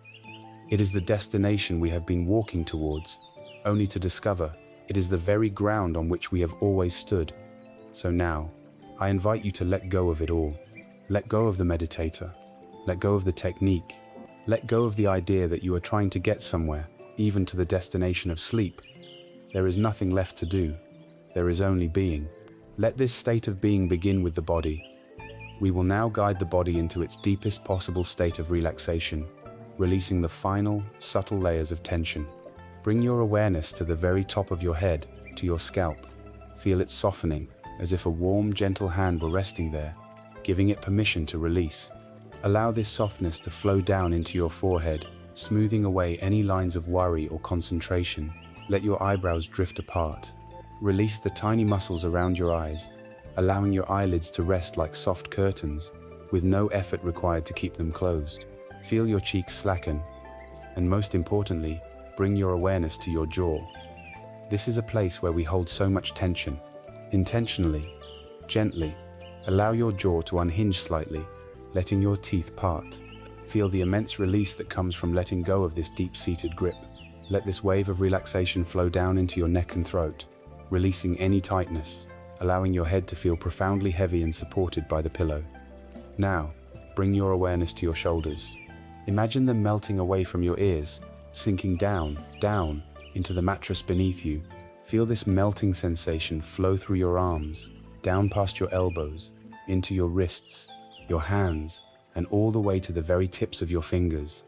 Your arms are now just weight, heavy and warm and completely at rest. Bring your attention to your torso, your chest and your back. With every gentle out-breath, feel your back widening, spreading out, surrendering more and more of its weight to the support beneath it. Let your chest be soft and open, and feel your abdomen rising and falling with the gentle rhythm of your breath, soft, unprotected, and completely at ease. There is no need to hold anything in. Release. Let go. Now, feel the weight in your hips and pelvis, the solid center of your body, sinking deeply into the bed. Allow this profound sense of heaviness to flow down into your powerful thigh muscles, letting them go completely limp. Feel the release in the backs of your knees, and let the wave of relaxation continue down into your calves, your ankles, and your feet. Imagine every single muscle in your feet, from the arch to the sole to each individual toe, letting go of its final duty. Your entire body, from head to toe, is now in a state of profound surrender. It is being held, completely and perfectly, by the bed, by the room, by the earth. There is nothing more for it to do. It can finally rest. As your body rests, allow your mind to do the same. Imagine a vast, perfectly still lake at twilight. The water is like dark glass, reflecting the last colors of the sky. The air is cool and silent. And now, imagine a single, perfect autumn leaf detaching from a branch and drifting down, gently, silently, to land upon the surface of this lake. See it float there. It is not trying to go anywhere. It has no destination. It is simply held by the water, moved only by the faintest, most imperceptible currents. It is utterly surrendered to the vastness that supports it. Your mind is now this leaf. Your awareness is this leaf. If a thought arises, it is merely a gentle ripple on the surface of the lake. You do not need to follow it. You do not need to push it away. You simply remain the leaf, floating, drifting, held in a state of perfect, aimless peace. There is nowhere to go. There is nothing to achieve. Just the gentle, silent, buoyant feeling of being held. And what is it that holds you? Think of a small child at the end of a long day. A day filled with the grand adventure of life, with running and laughing, with intense focus on a game, but also with moments of frustration, a scraped knee, a burst of tears. The day has been full and tiring, and at the end of it all, the child is lifted into the arms of their mother. Can you remember, or can you imagine, that feeling? The feeling of absolute safety, the feeling of unconditional love, the feeling of being completely and utterly held. In that embrace, the struggles of the day dissolve. The scraped knee no longer matters. The frustration is forgotten. There is only the warmth, the scent, the gentle strength of those loving arms. In that embrace, the child does not need to do anything. They do not need to be good, or clever, or strong. They only need to surrender, to let go, and to allow themselves to be held. And in that surrender, sleep comes as a welcome friend. Tonight, you can rest in that very same embrace. Those loving arms are available to you right now. They are the arms of your own compassion, the deep well of kindness and wisdom you have cultivated within yourself. This is the embrace of reality itself. Let the arms of your own loving kindness hold all of you. Let them hold the tired body, the weary mind. Let them hold your past, with all its joys and sorrows. Let them hold your present, with all its uncertainties. Let them hold your future, with all its hopes and fears. You are being held in the arms of a love that asks for nothing, that judges nothing, a love that simply says, You are safe. You can rest now. You now have absolute, unconditional permission to rest. Permission to let your body heal. Permission for your mind to be quiet. Permission to drift away into the deep, restorative peace of sleep. You are safe. You are held. You are loved. Allow yourself to sink into that knowing and let it carry you into the quiet dark. As we bring this shared meditation to a close, let us gently look back on the journey we have just taken. It has been a quiet pilgrimage, a journey not across land or sea, but through the inner landscapes of our own being. We began by turning to face the shadows we so often run from, the ghosts of the past, the anxieties for the future, the weight of a life fully lived. We acknowledged their presence not with fear, but with a newfound courage. From there, we began to explore the very nature of our experience, to understand the universal truths of suffering and its causes, and the liberating wisdom of impermanence. We learned that we did not have to be tossed about on the waves of our own minds. We discovered that we could light a lamp in the darkness, the steady, unwavering lamp of mindfulness. And we learned how to warm ourselves by the gentle fire of compassion, especially compassion for ourselves. It has been a profound journey from the darkness of clinging and confusion to the quiet, open light of freedom and understanding.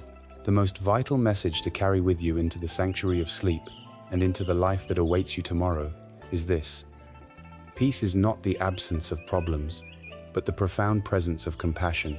True healing is not about erasing or forgetting the past, but about learning how to hold that past in the arms of a wise and open heart. The past has made you who you are, and the wisdom you have now allows you to see it not as a source of pain, but as a source of strength. You do not need to fight your life.